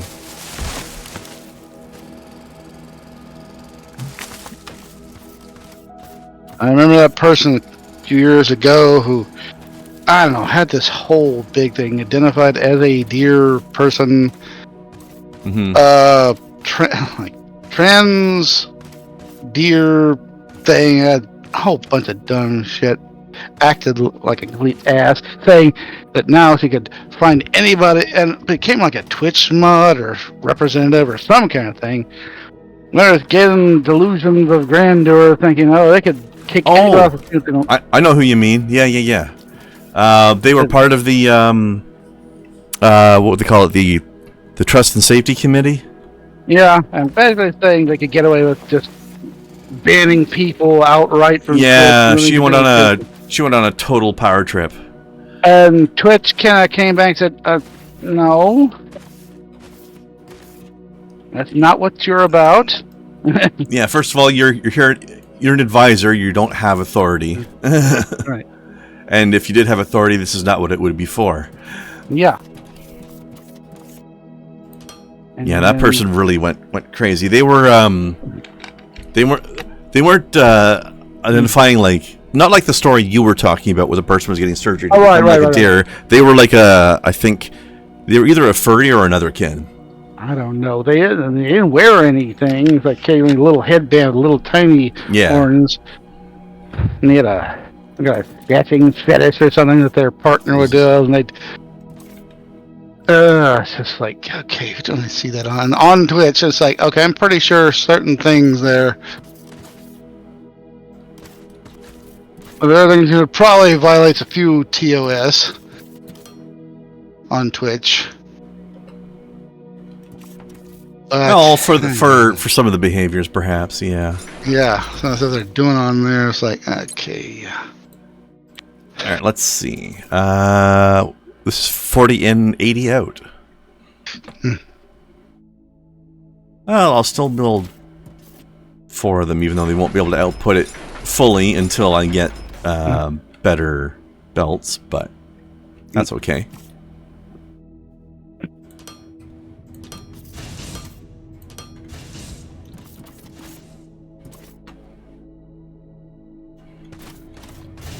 Oops.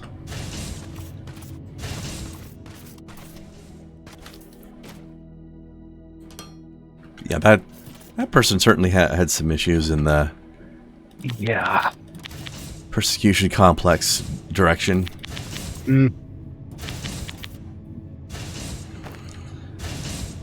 I don't know.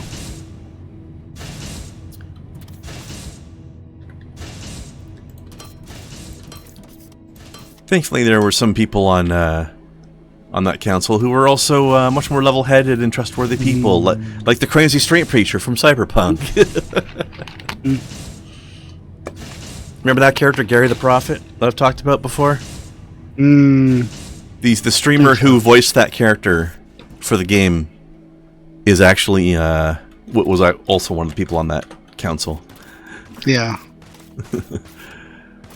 He's a good fella. Alright, now also, let's see. Well, I'm gonna need my 2-lane dealies for this soon, too. Alright, but first, let's, actually, no, let me load my science packs up. And then we can get the next science started after this.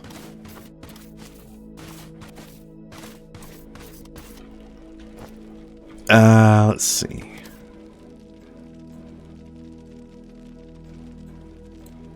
I don't know how to split this stack, or even if I can. Oh well. Boop.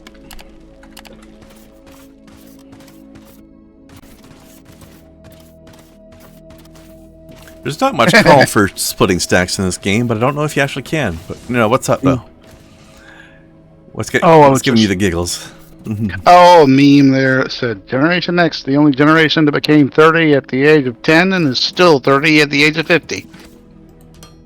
I feel that. I feel that real hard. Yeah. There's this one comedian that does these TikToks, and he pretends to be... He plays all the generations. Boomers, Gen X, Millennials, Gen Z, Gen Alpha. And at one point, even the boomers said, well, the older generations, and had said the silent generation. And I love when Millennial says, I thought that was him, and Gen X goes, don't talk to me. Yeah. I think I'm technically X. I technically am. But I don't pay much attention to them overall, though, because I feel like they overgeneralize a lot, but yeah, they're not always wrong, though, either, so. According to the beginning of 70, and I was born in 69, so. Giggity. I'm close enough, I think, I'm closer to Gen X than Boomer. I mean, Boomer means multiple things now anyway, right? Yeah, but originally meant as the baby Boomer generation, which, these are the people that was the people born in World War II, right? Well, post-World War II. Yeah, but only just barely post. It's called the baby boom because everybody coming back from the war and little, you don't have to save, ration and save, do that, everything. So, yeah, more babies were being born. Yep. Alright, I am a bit lacking in power now. It's time to go biomass hunting. There could be another thing. There's one villain in DC Comics called Baby Boom. Oh. And basically, there's an adult, but had the body of a toddler because some nation kind of stopped growing that age. But they had the superpower to make things explode, so Baby Boom. Oh, so it's Stewie Griffin. Kinda. Or at least what he wishes he was, anyway. He wants that power. And there was the cartoon of the Tick. Yes. Love the Tick. One of this group of heroes who, he was middle-aged. But he wore sort of an ape costume, and he threw these little baby dolls that could, fly up and come back. It is called Baby Boomerangatang. Yeah, I believe he was on the same team as Sarcastro, wasn't he? Sarcastro, yes. Flying squirrel. Yeah, Sarcastro. Yeah, like I'm gonna fight you. Yeah, that guy talking all sarcastic while dressed as Fidel Castro. Yes. Yeah. Oh, and he never actually did anything. He would just sass people and walk away, make them feel bad. Right. I like squirrels. Yes. And I finally found out she actually did have a superpower, which is summoning squirrel, which I don't know which came first. Let me see. The Tick Flying Squirrel. I mean, Squirrel Girl was definitely first. That's what I'm saying. I don't know which came first. Oh no, definitely. I guarantee you, it's Marvel's Squirrel Girl. She was a Squirrel Girl parody. Season 3. Let's see, September, November. 1996. Girl. I remember at the time that the chick first came out, thinking, "Oh, it's Squirrel Girl." Yeah, there it is. Yeah. Well, Squirrel Girl appeared in 91, so yeah, it's 5 years later. Pretty close though, like not a gigantic gap.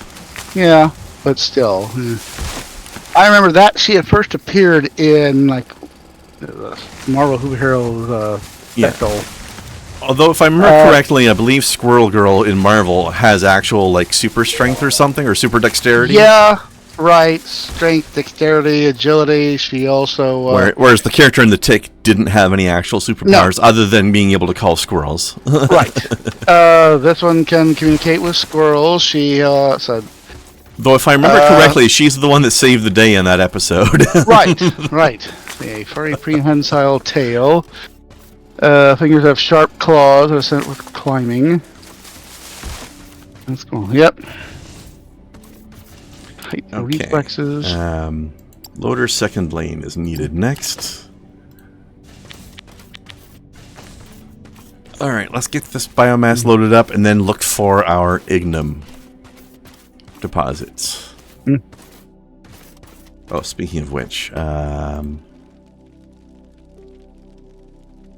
don't have the burner. I have to research that separately from the scan. Oh my god, I'm looking at other stuff. Oh, in the graphic novel, The Unbeatable Squirrel Girl beats up the Marvel Universe. Yeah, didn't she take down Dr. Doom at one point? Yeah. It's just hilarious. Listen, in that book, she's shown as being worthy to wield Mjolnir. I mean, as far as I understand, she has a very pure, like, ethics / personality. She was also nanny to Luke Cage and Jennifer Jones's kid.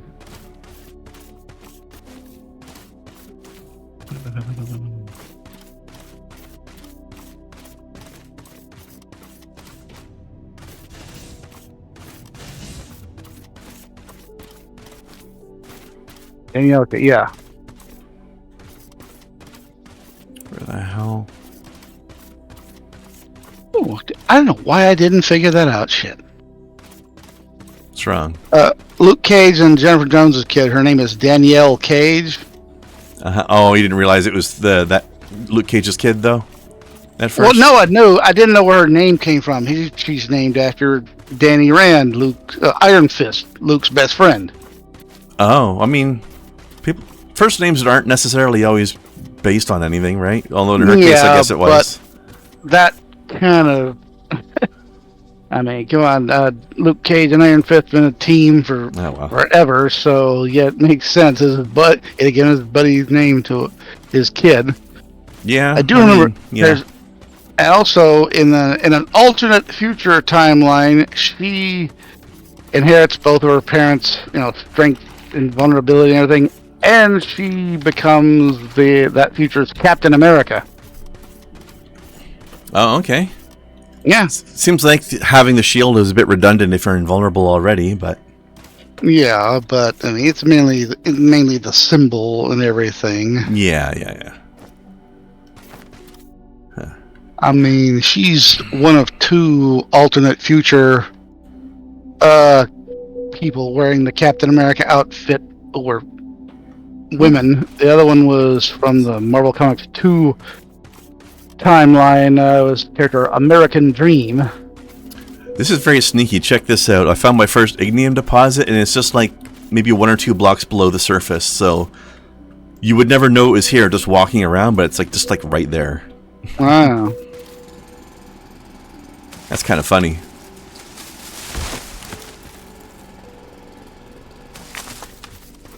Alright, let's see.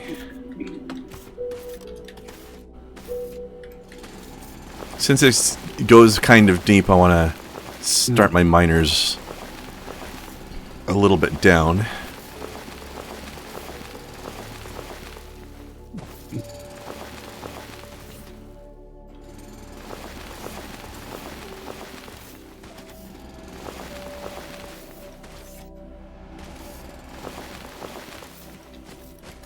Mhm.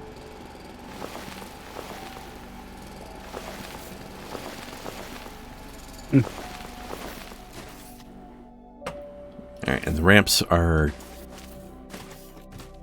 like 2x1s, so I need to make sure I leave 2 spaces.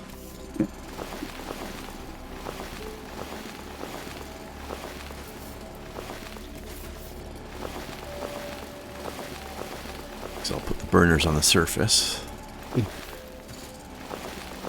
Okay. Something like that.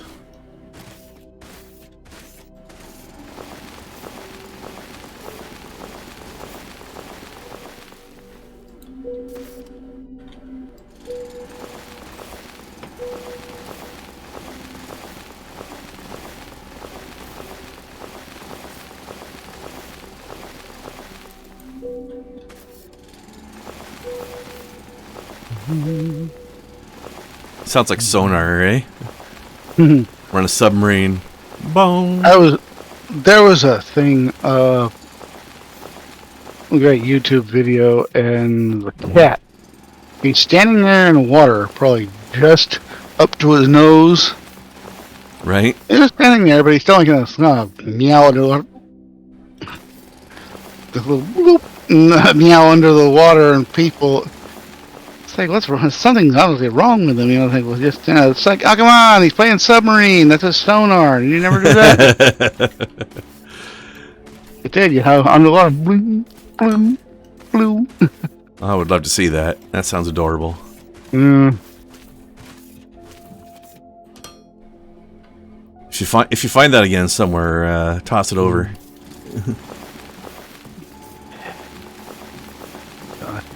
There's a cat in the bathtub and smelling the one result of that would be.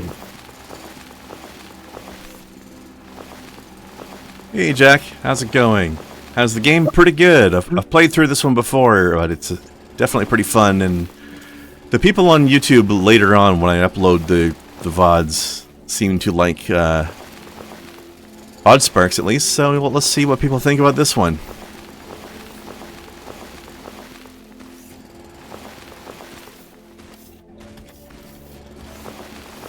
Also, this is definitely one of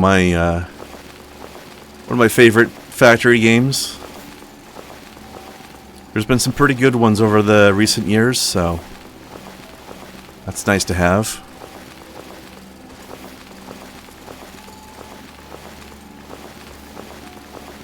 Oh, that's the original one. Oh, amazing. That's the one I found, because I just found my quote still there.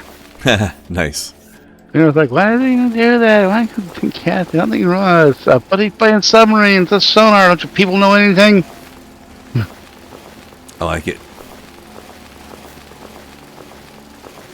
Not very many people know that that cats have sonar.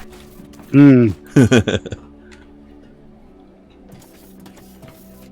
All right. It's SONAR. It's sound, navigation, and ranging.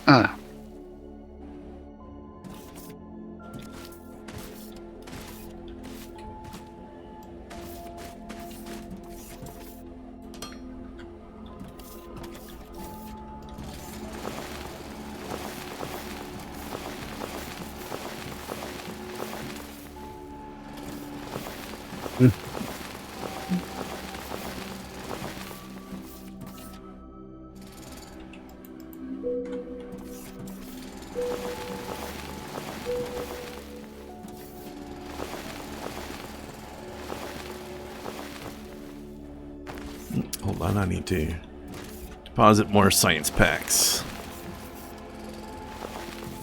My machines have run out of science. It is a tragedy. Alright, where was my haul? There it is. That's what she said.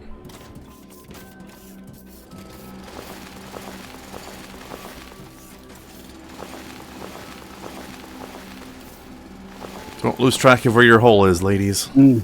One also early version of sonar had the most amusing name of Aztec. Gesundheit. Yeah, Aztec, ASDIC. It's like, that sounds dirty. It basically was a British anti-submarine division, ASD. Their basically is using sound waves or sonic, so sonic, and a submarine division sonics, Aztec. What a bunch of Aztecs. Yeah, that story. Allied Submarine Detection Investigation Committee, which, anyways. That's one of the most by committee names I've ever heard. One of my favorites, though, was, well, they had the IC just to make it sound dirtier. To make it sound like it was a thing. I mean, they already had the IC. The IC was short for Sonic. Anti-Submarine Division Sonics, Ass Dicks. And maybe one of the funnier bits on Are You Being Served? And Mr. Humphrey was showing how they got there in the bad fog, all that fog in London that day. He came in wearing a wetsuit, flippers, snorkel, everything. He basically jumped into the Thames and swim there. Oh, he's got to get some decontamination then. Or something, but smooth sailing point for a fracker with a boy at Battersea in Category A, BUOY. I got picked up by the river police on the Rastic, ASDIC full stop.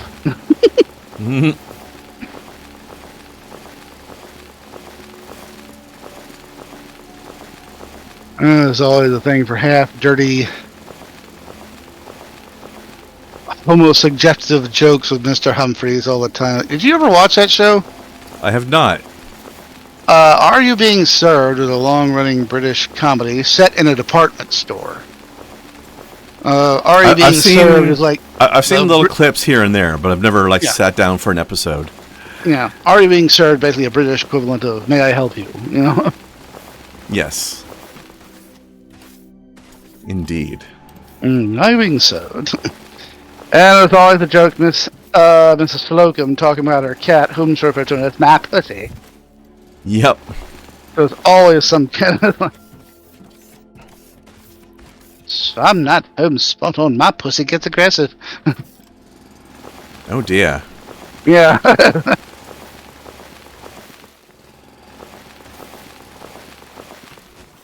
That is indeed what she said. Yeah, I was talking about stupid pussy. I remember there was an interview with the creators of the show. Some of the jokes that I said, our humor is best was once described as self-cleaning pornography. Yeah. That sounds very useful. Like, come in right when it's about to get dirty and pull back and give you like a pun or metaphor. I mean, at least their pull-out game was strong, eh? Benny Hill was much the same way. Oh yeah, absolutely. Mm-hmm. Wap wap wap wap wap wap. Wap wap wap wap.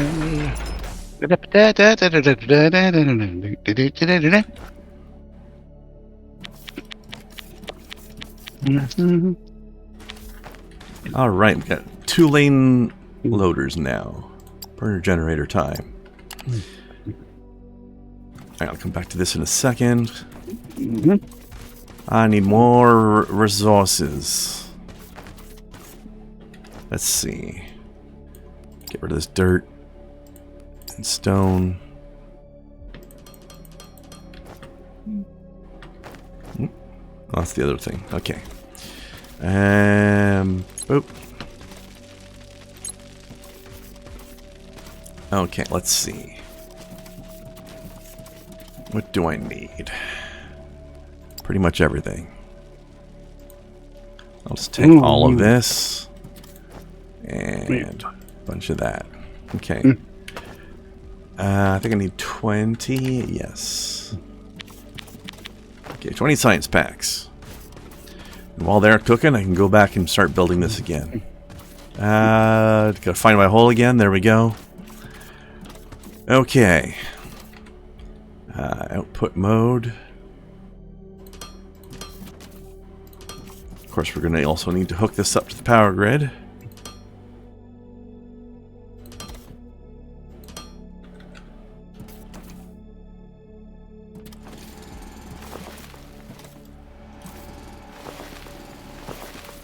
Drill one more column here so I can see what I'm doing.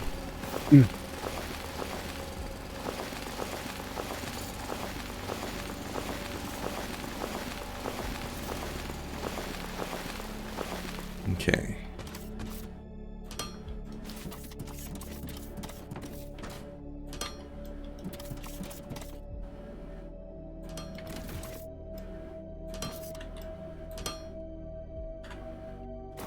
Now, we shall need...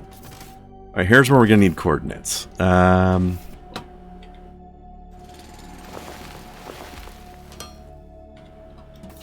let's see. This spot is 67, negative 41. Okay. So, 67, negative 41, right here. Nope, that's 42. Nope, that's 40.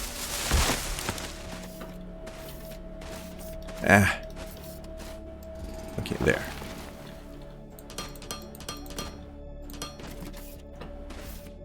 Alright. Where's the nearest part of the power grid? That way.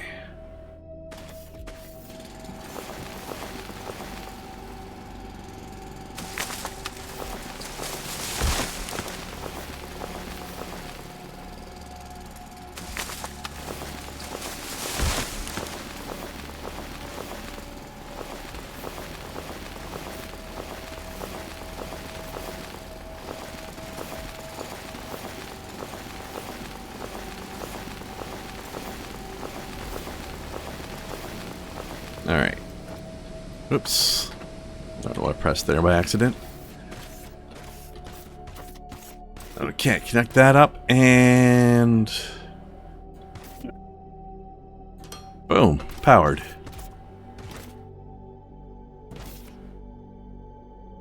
Alright, get in there, guys. Mine that ignium.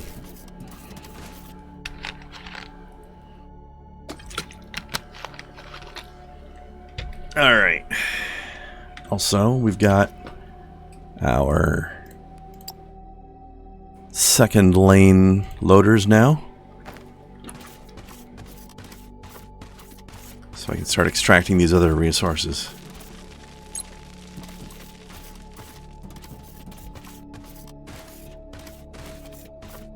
So previously, we had this machine over here that was taking 2 inputs to build stuff.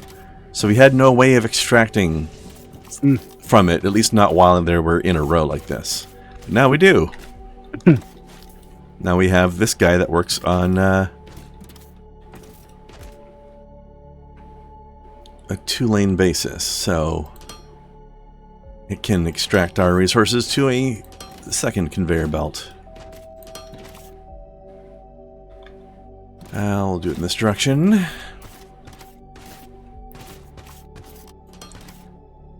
Okay. Now, we also had this.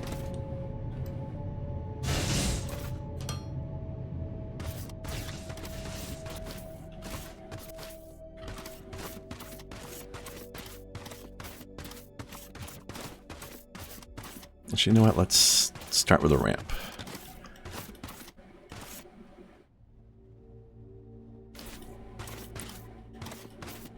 What are you doing, game? There we go. 1 point of ramp. Did I change the build mode accidentally? What is happening?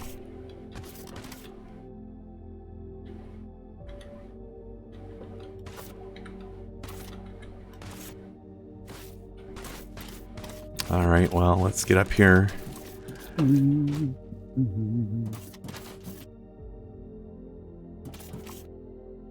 What the hell? Blocked by a world object? What? Oh, did I plant it? There's a tree seed down here or something. Maybe? I don't... That's why it's the only one acting weird. I don't see it though, but I guess it must be here somewhere. Must have planted a tree seed around here. Oh, there it was. We had invisible theoretical tree. Okay. I need more conveyor belt.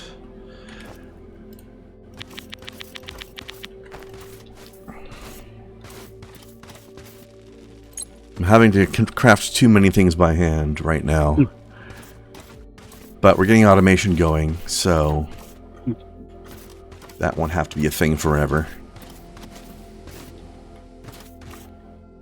So let's see. Oops. The science packs, for example, are machinery parts and technum rods. So we're already making both of those things. Hold on.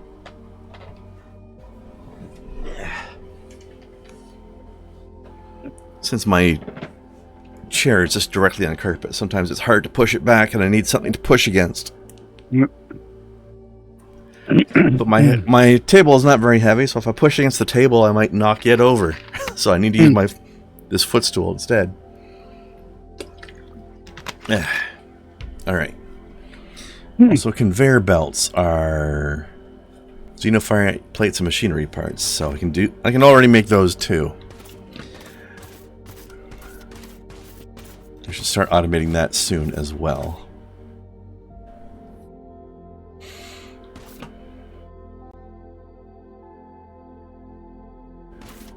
Well, you know, I can start setting that up at least. In the meantime. Also, I'm just going to delete this seed. Get out of here. Get out of here, you bum.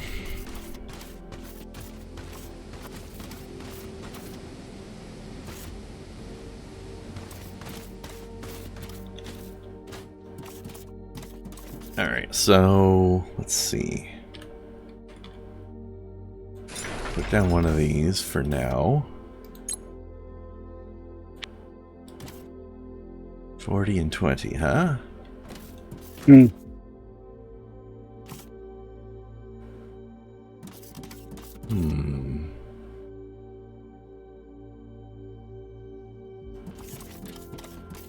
I should have left myself some room for a splitter on this.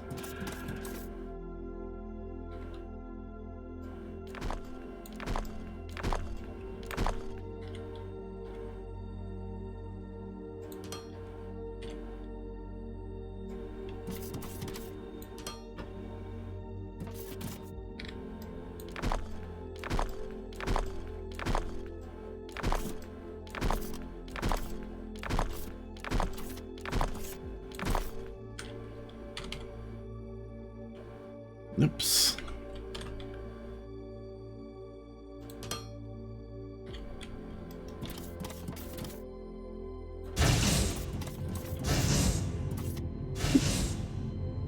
Yeah, that's just awful.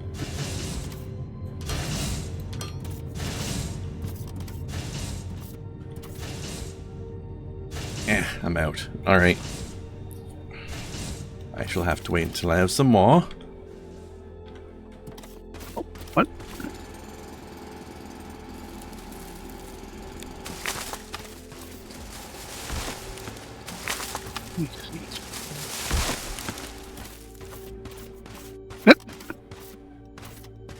Oh, the Internet Archive is back up. Yeah. I didn't know it went down. Yeah, I don't know exactly what was the deal, but yeah, it was down for all. Got hacked or something like that. How rude.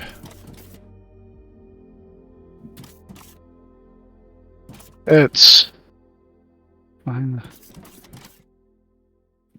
Last week, along with a DDoS attack and exposure of patron email addresses and encrypted passwords in our archive website, JavaScript was defaced. things to bring site down access and improve the security. So basically, somebody hacked and mucked about with it. So they took the site down while they fixed everything and beefed up the security. Ah.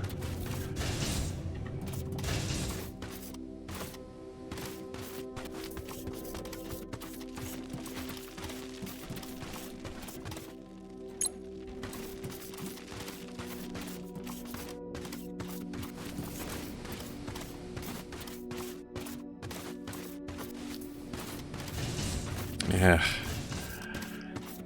All right, hang on. There.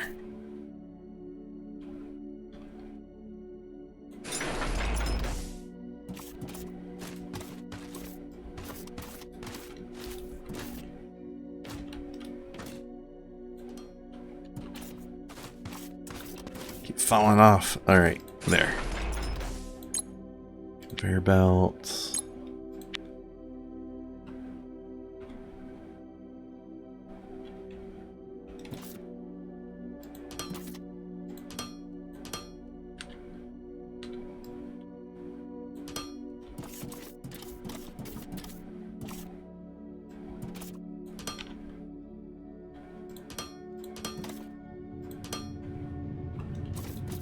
All right, and let's see.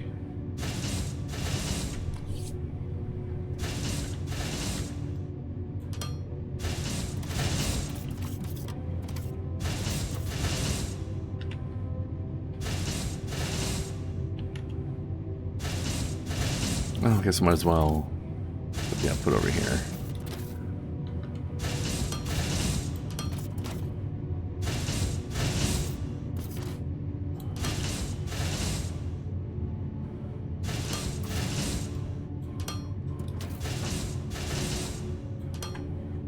There we go.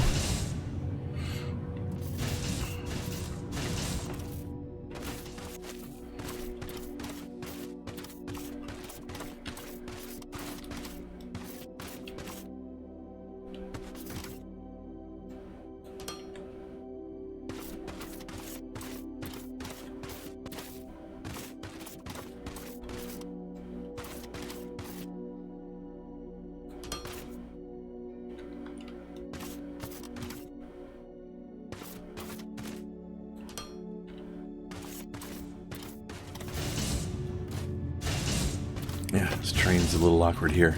Yeah. Keep falling in this hole. Giggity. You know what?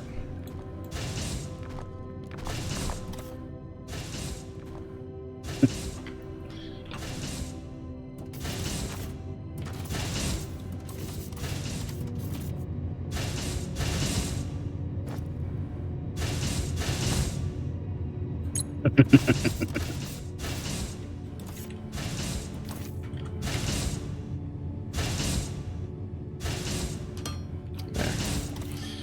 Now,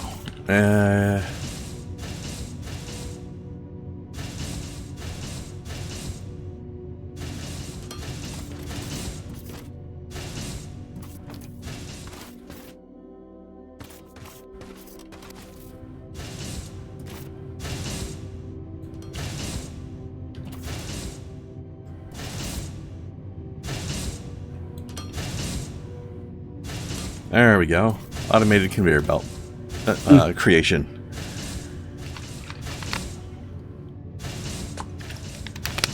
That'll help a lot with everything else.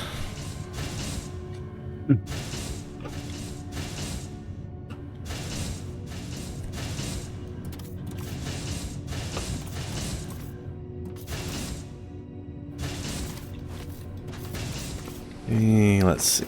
Let's deposit a bit more of this. All right. Burner generators are getting close to finished. Okay. I could use some more ramps. Okay.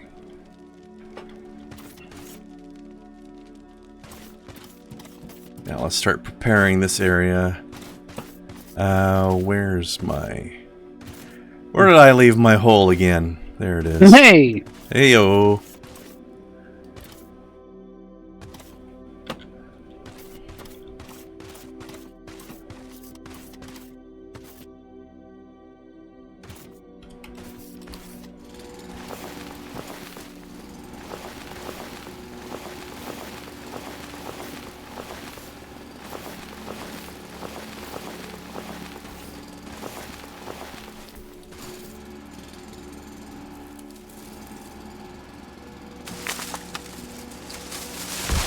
Mango Jones. Oh my god. It is a Krendar and it is a Mango Jones. It has been a while, Miss Mango. How have you been? Mango!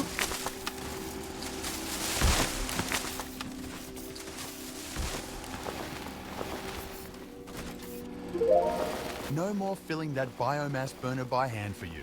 It's Yay. time to upgrade to the burner generator and dig up ignium ore for automated power production. Let's power up our future. Okay. Burner generator. Let's make... Yeah, let's be silly and make 10. Oh. That's those people.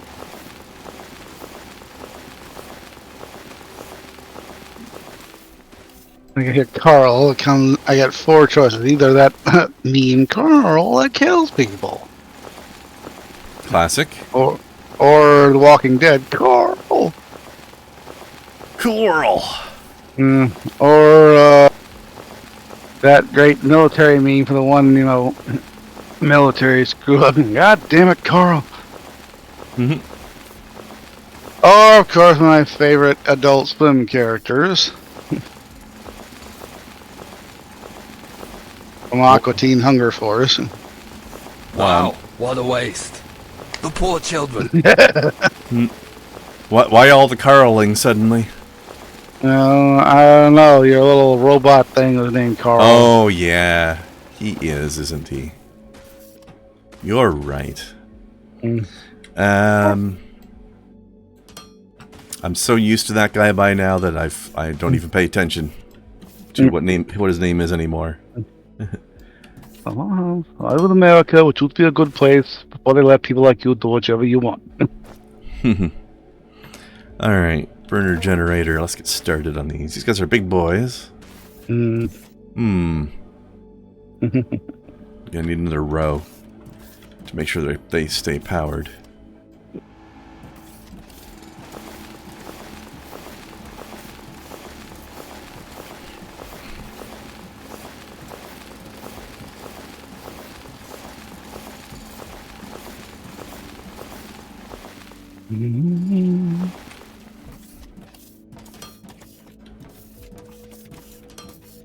Okay, let's see. 1, 2.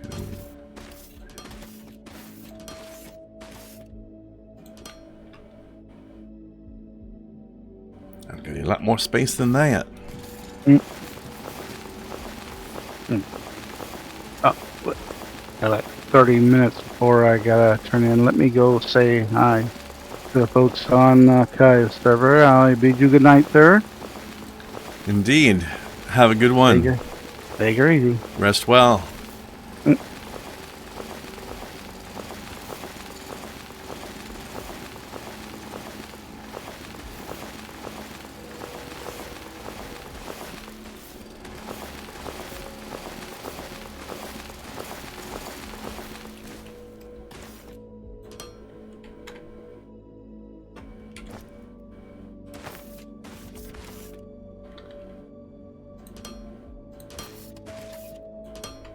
Alright, we're almost there.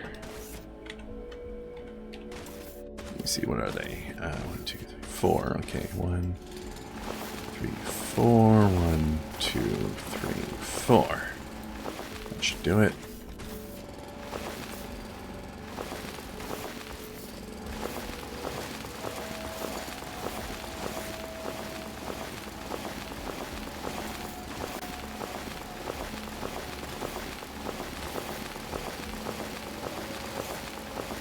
think we lost our mango already.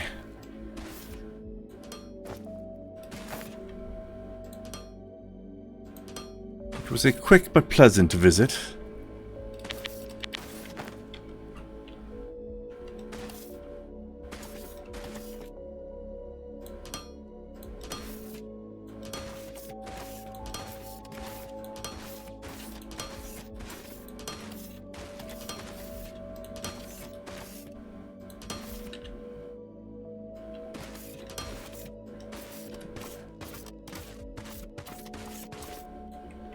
There we go. More power.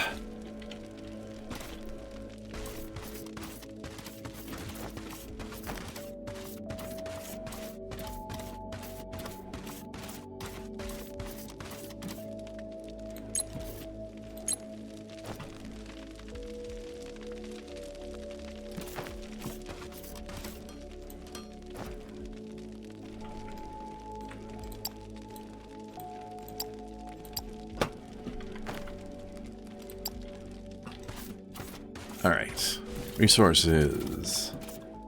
Let's see, I don't need to carry as much of this because I'm not handcrafting my, or not all of my belts anymore anyway. Take that, okay. Next research, well we got advanced mining packs, but we'll do that later. Actually, yeah, I'll do the drill next, but I just need to set up automation. Oh, I haven't connected these yet. Okay, let's see.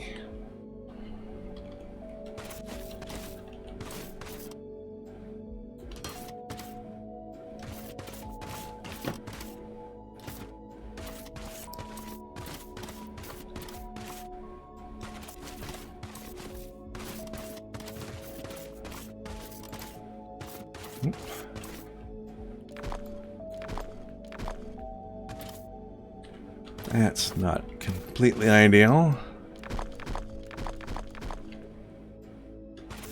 Okay.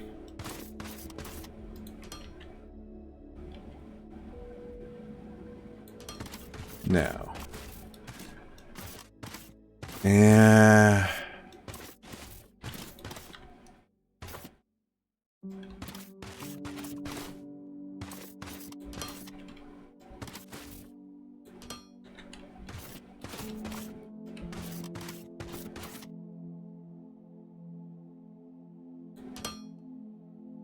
No, wait.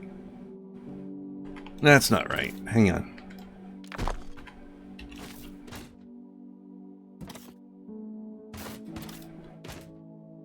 We don't need to do that with this. I will leave the splitter there in case I need it for later, though. Actually, no. I forgot I'd already done the splitter earlier. Okay.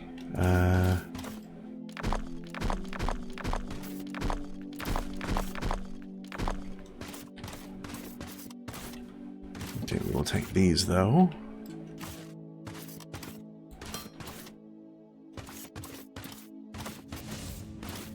And boop, there we go. Connected. All right.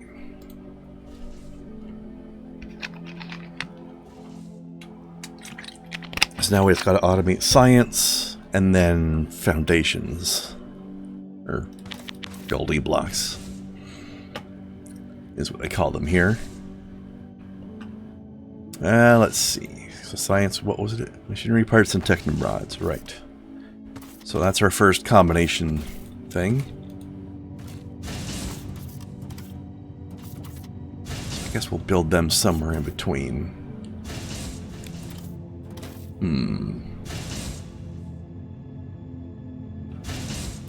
I guess I'll need to put this thing back down again after all. Sooner than expected.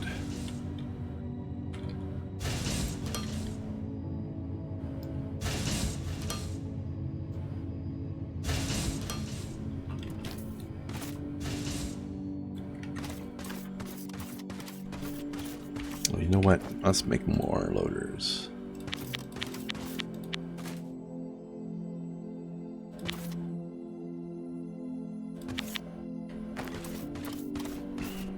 I don't automate loader production because I don't need gigantic numbers of them at a time.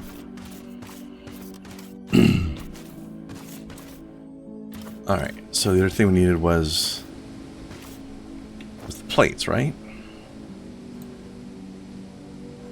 Oh no, machinery parts. So...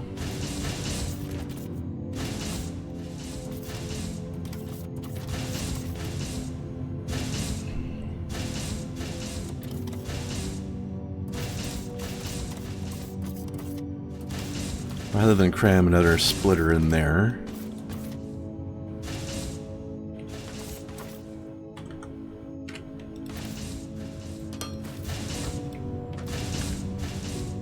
let's just take the ones that we have surplus from here.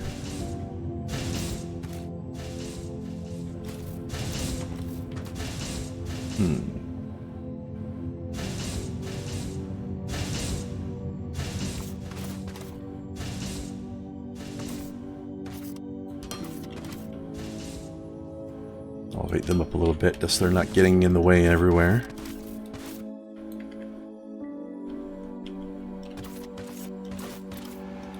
Okay, there's a... there we go. Put the dirt back. Alright. Somewhere in the middle here, we're going to want to be producing our science packs. We might as well do it somewhere where we can bring them in like this.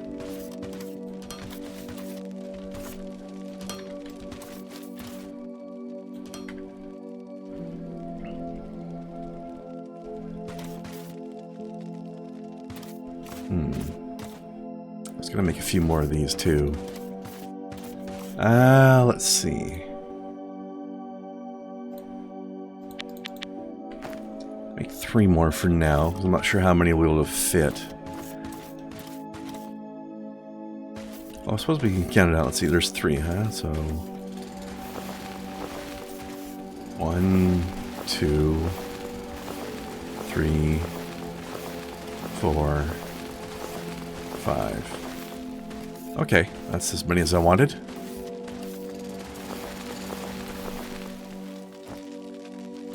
Means I can build a couple more.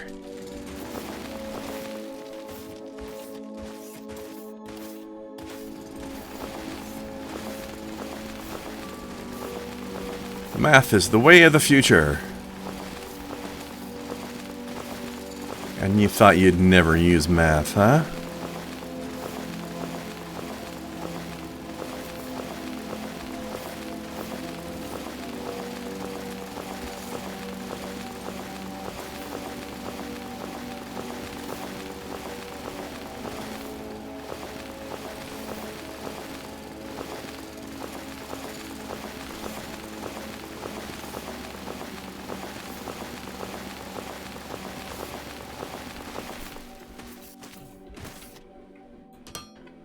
Okay.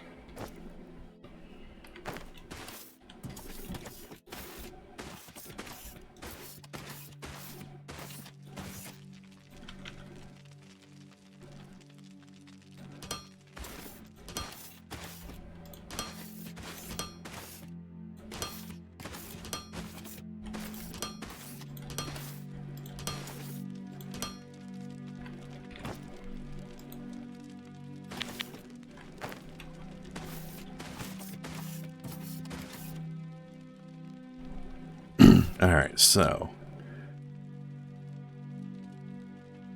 let's build these guys.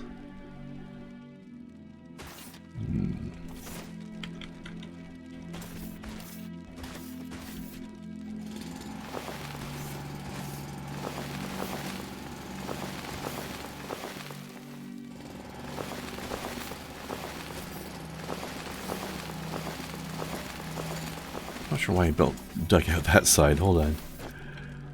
I don't need to dig out that side. But okay.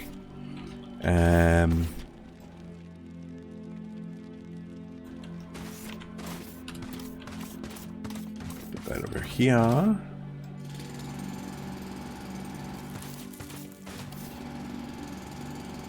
Alright, now. Build it, let's say, like so.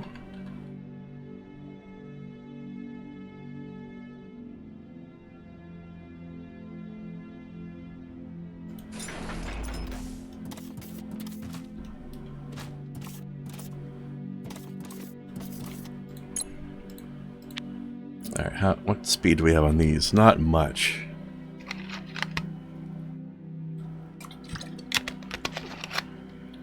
Alright. We don't have the full amount of each thing, because they're being used for other stuff as well, but I'll build 5 of these just to be well set up. It's probably a bit of overkill, but like I said, no harm.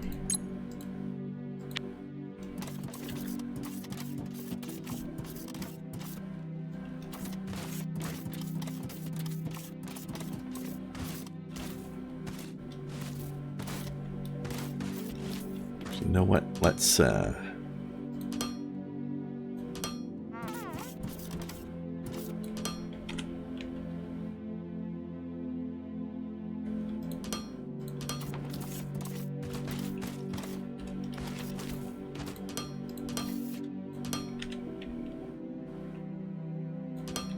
2-laner will be the input this time.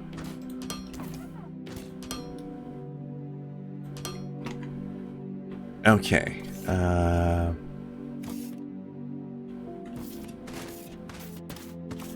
Where's our stuff? There it is.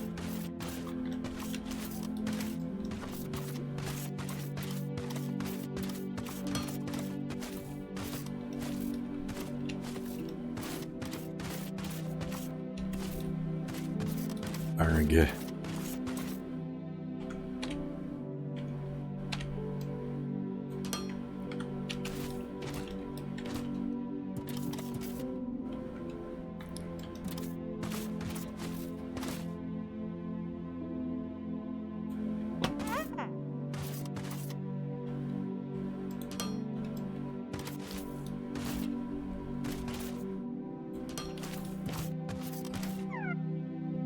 Ramp it down. I think that's the right height. Yes. Okay, there we go. Now on this side.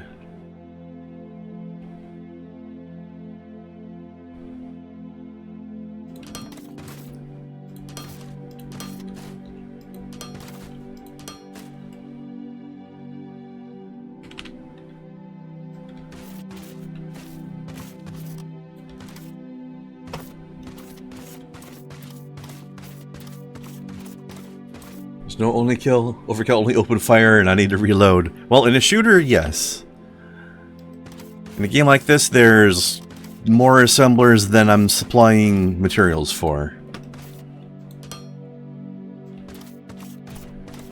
But that's alright, because an assembler that sits idle because it doesn't have enough materials to work with is not hurting nobody. It's just having a little rest. Being patient. But having so many materials that you've got more materials than you're using, or you've got so many materials that you've got not enough assemblers to use them all, that's a shame. That's a time where you need to make more assemblers. There we go. Automated science begins now. They'll even deliver themselves into the machines for us. Very nice. Alright, what's our power grid looking like?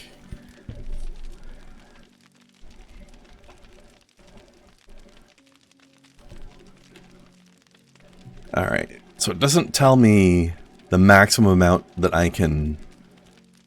Like, it doesn't give me a number of what the maximum production is on these, but we can see by this bar... Out of all the power I can generate, I'm only using this much. So I can build a lot more stuff, and I'll be okay. Speaking of which, I need more things.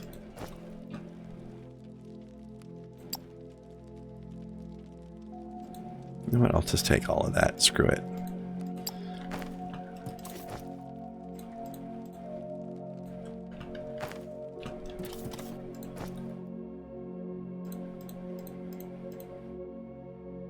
Yeah, screw it. I'll take all of that too.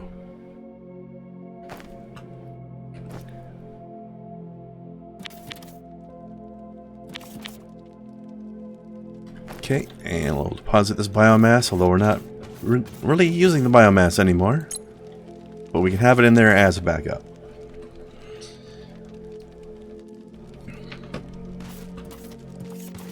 Okay. Next. Building blocks.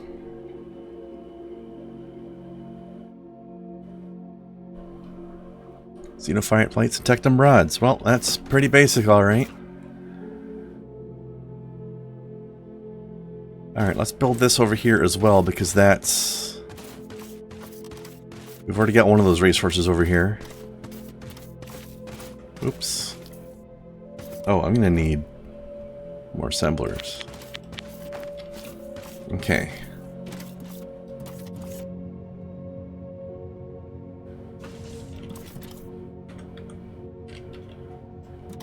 Wait, no, not up there. Down there. Okay.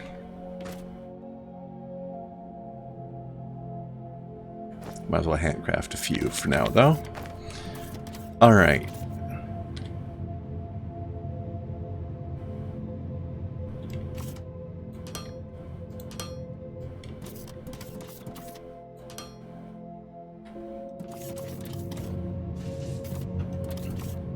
Yeah, a little shaggy little guy.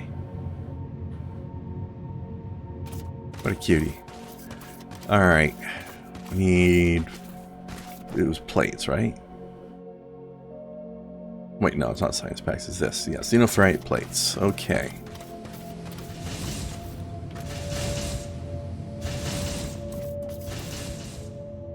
Well, they're being quite used up already, but...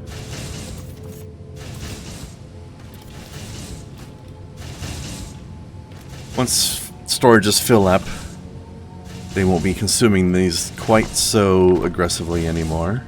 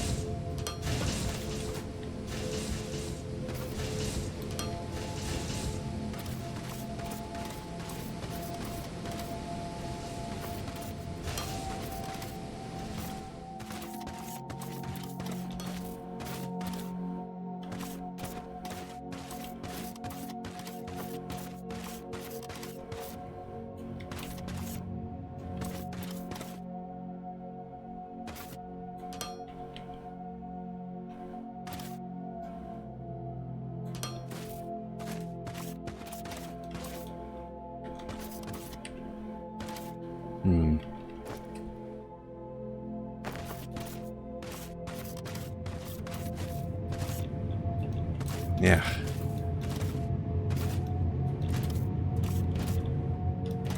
Okay. So let's see. The first one of these. Put there.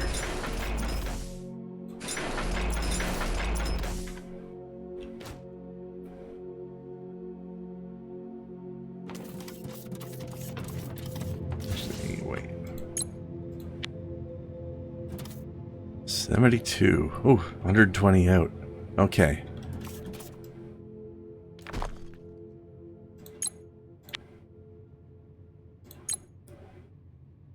I'll leave this at 3, even though we can't support 3 right now. It'll be a little bit future-proofed.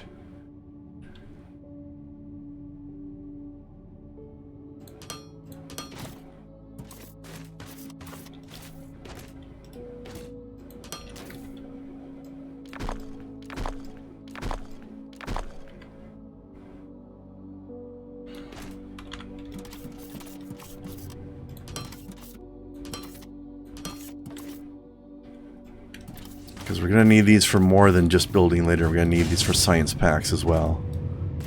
For science packs level 2, I think it is.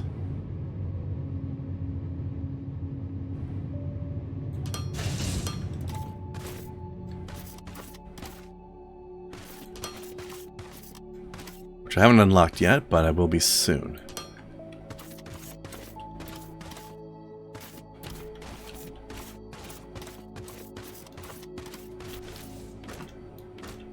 Okay, and let's see.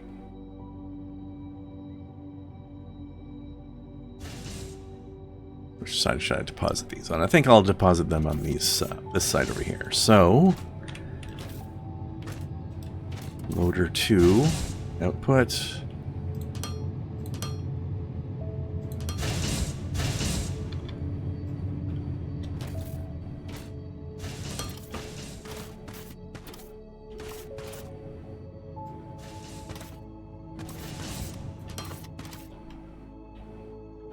Ramp up a little bit. Well, you know what, maybe a couple more.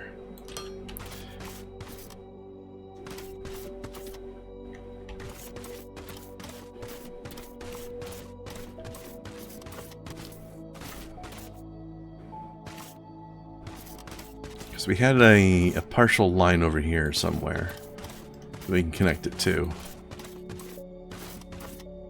Where was it? There it is. Oh, wait, what the hell?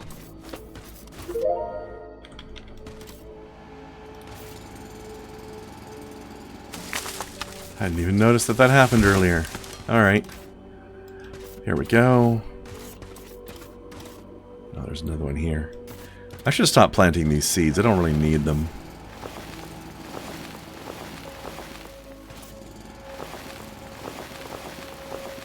Where is it? There it is.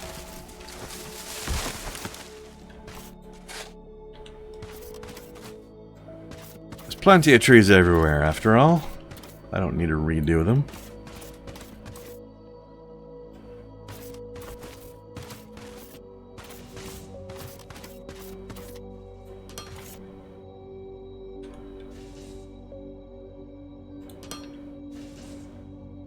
There, automated building blocks.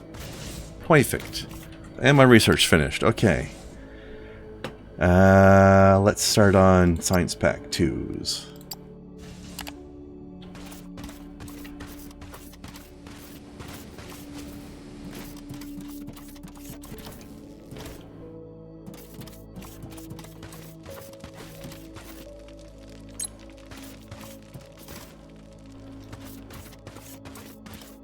Alright, fellas, how's everything looking here?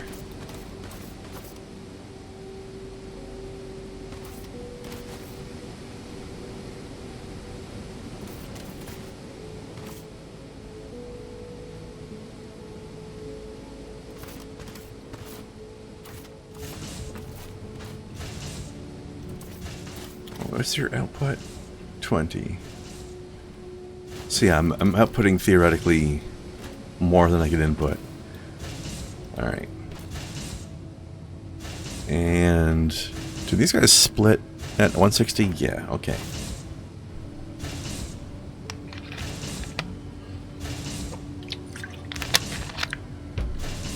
So half of it's going this way, and therefore half of half, so 1/4 is going that way and that way. Until my container of plates fills up, and this belt fills up, and then everything goes to this. So it slows down temporarily whenever I make a withdrawal, but that can't be helped. Okay. There's not much to be done until I have my Science Pack 2s. Because I think... Do you know what? I'm going to make one of these. Because I usually end up at some point having excess resources. But I want to put away temporarily, so I can toss them in there when that happens. Oh, I can... I've got my extra science machines to put down.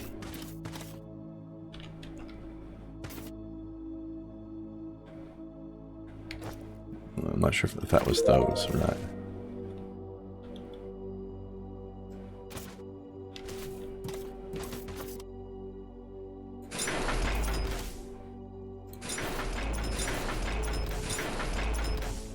There we go. Now, what else can we research that's only going to need blue? Inventory. Hey, little buddy. Are you proud of me? Look what I did. New exciting blueprints are coming up, exactly as the disaster protocol suggests. BB, any updates on the station?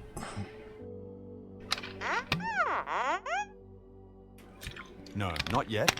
Okay, we'll follow the protocol and continue to expand until you have news for us.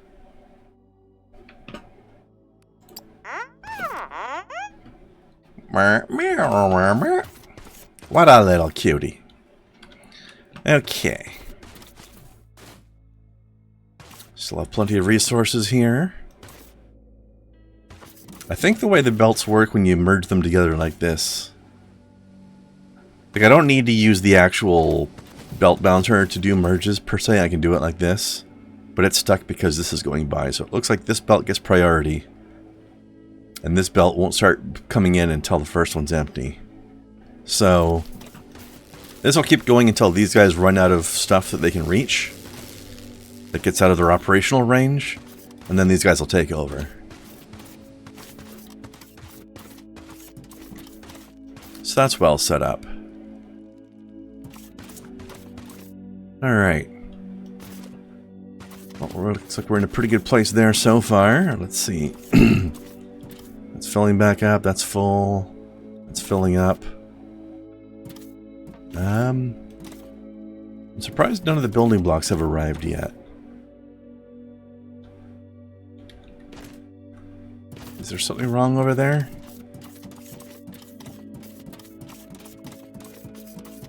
You may have made a mistake on this conveyor belt somewhere along the line.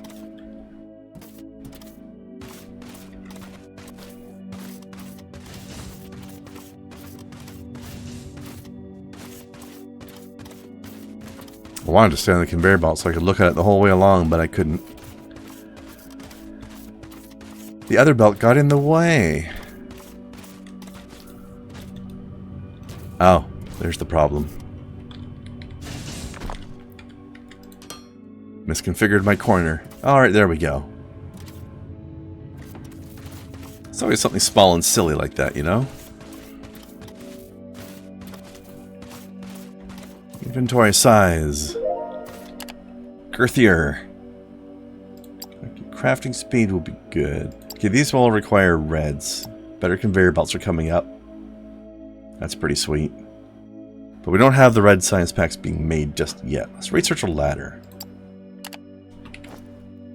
And while we're about to end the stream for now, science packs are conveyors and building blocks. Yeah, I knew that was going to be something like that.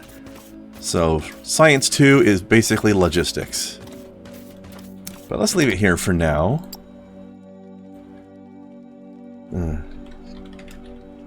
Streamy. Let's see who we can raid, shall we?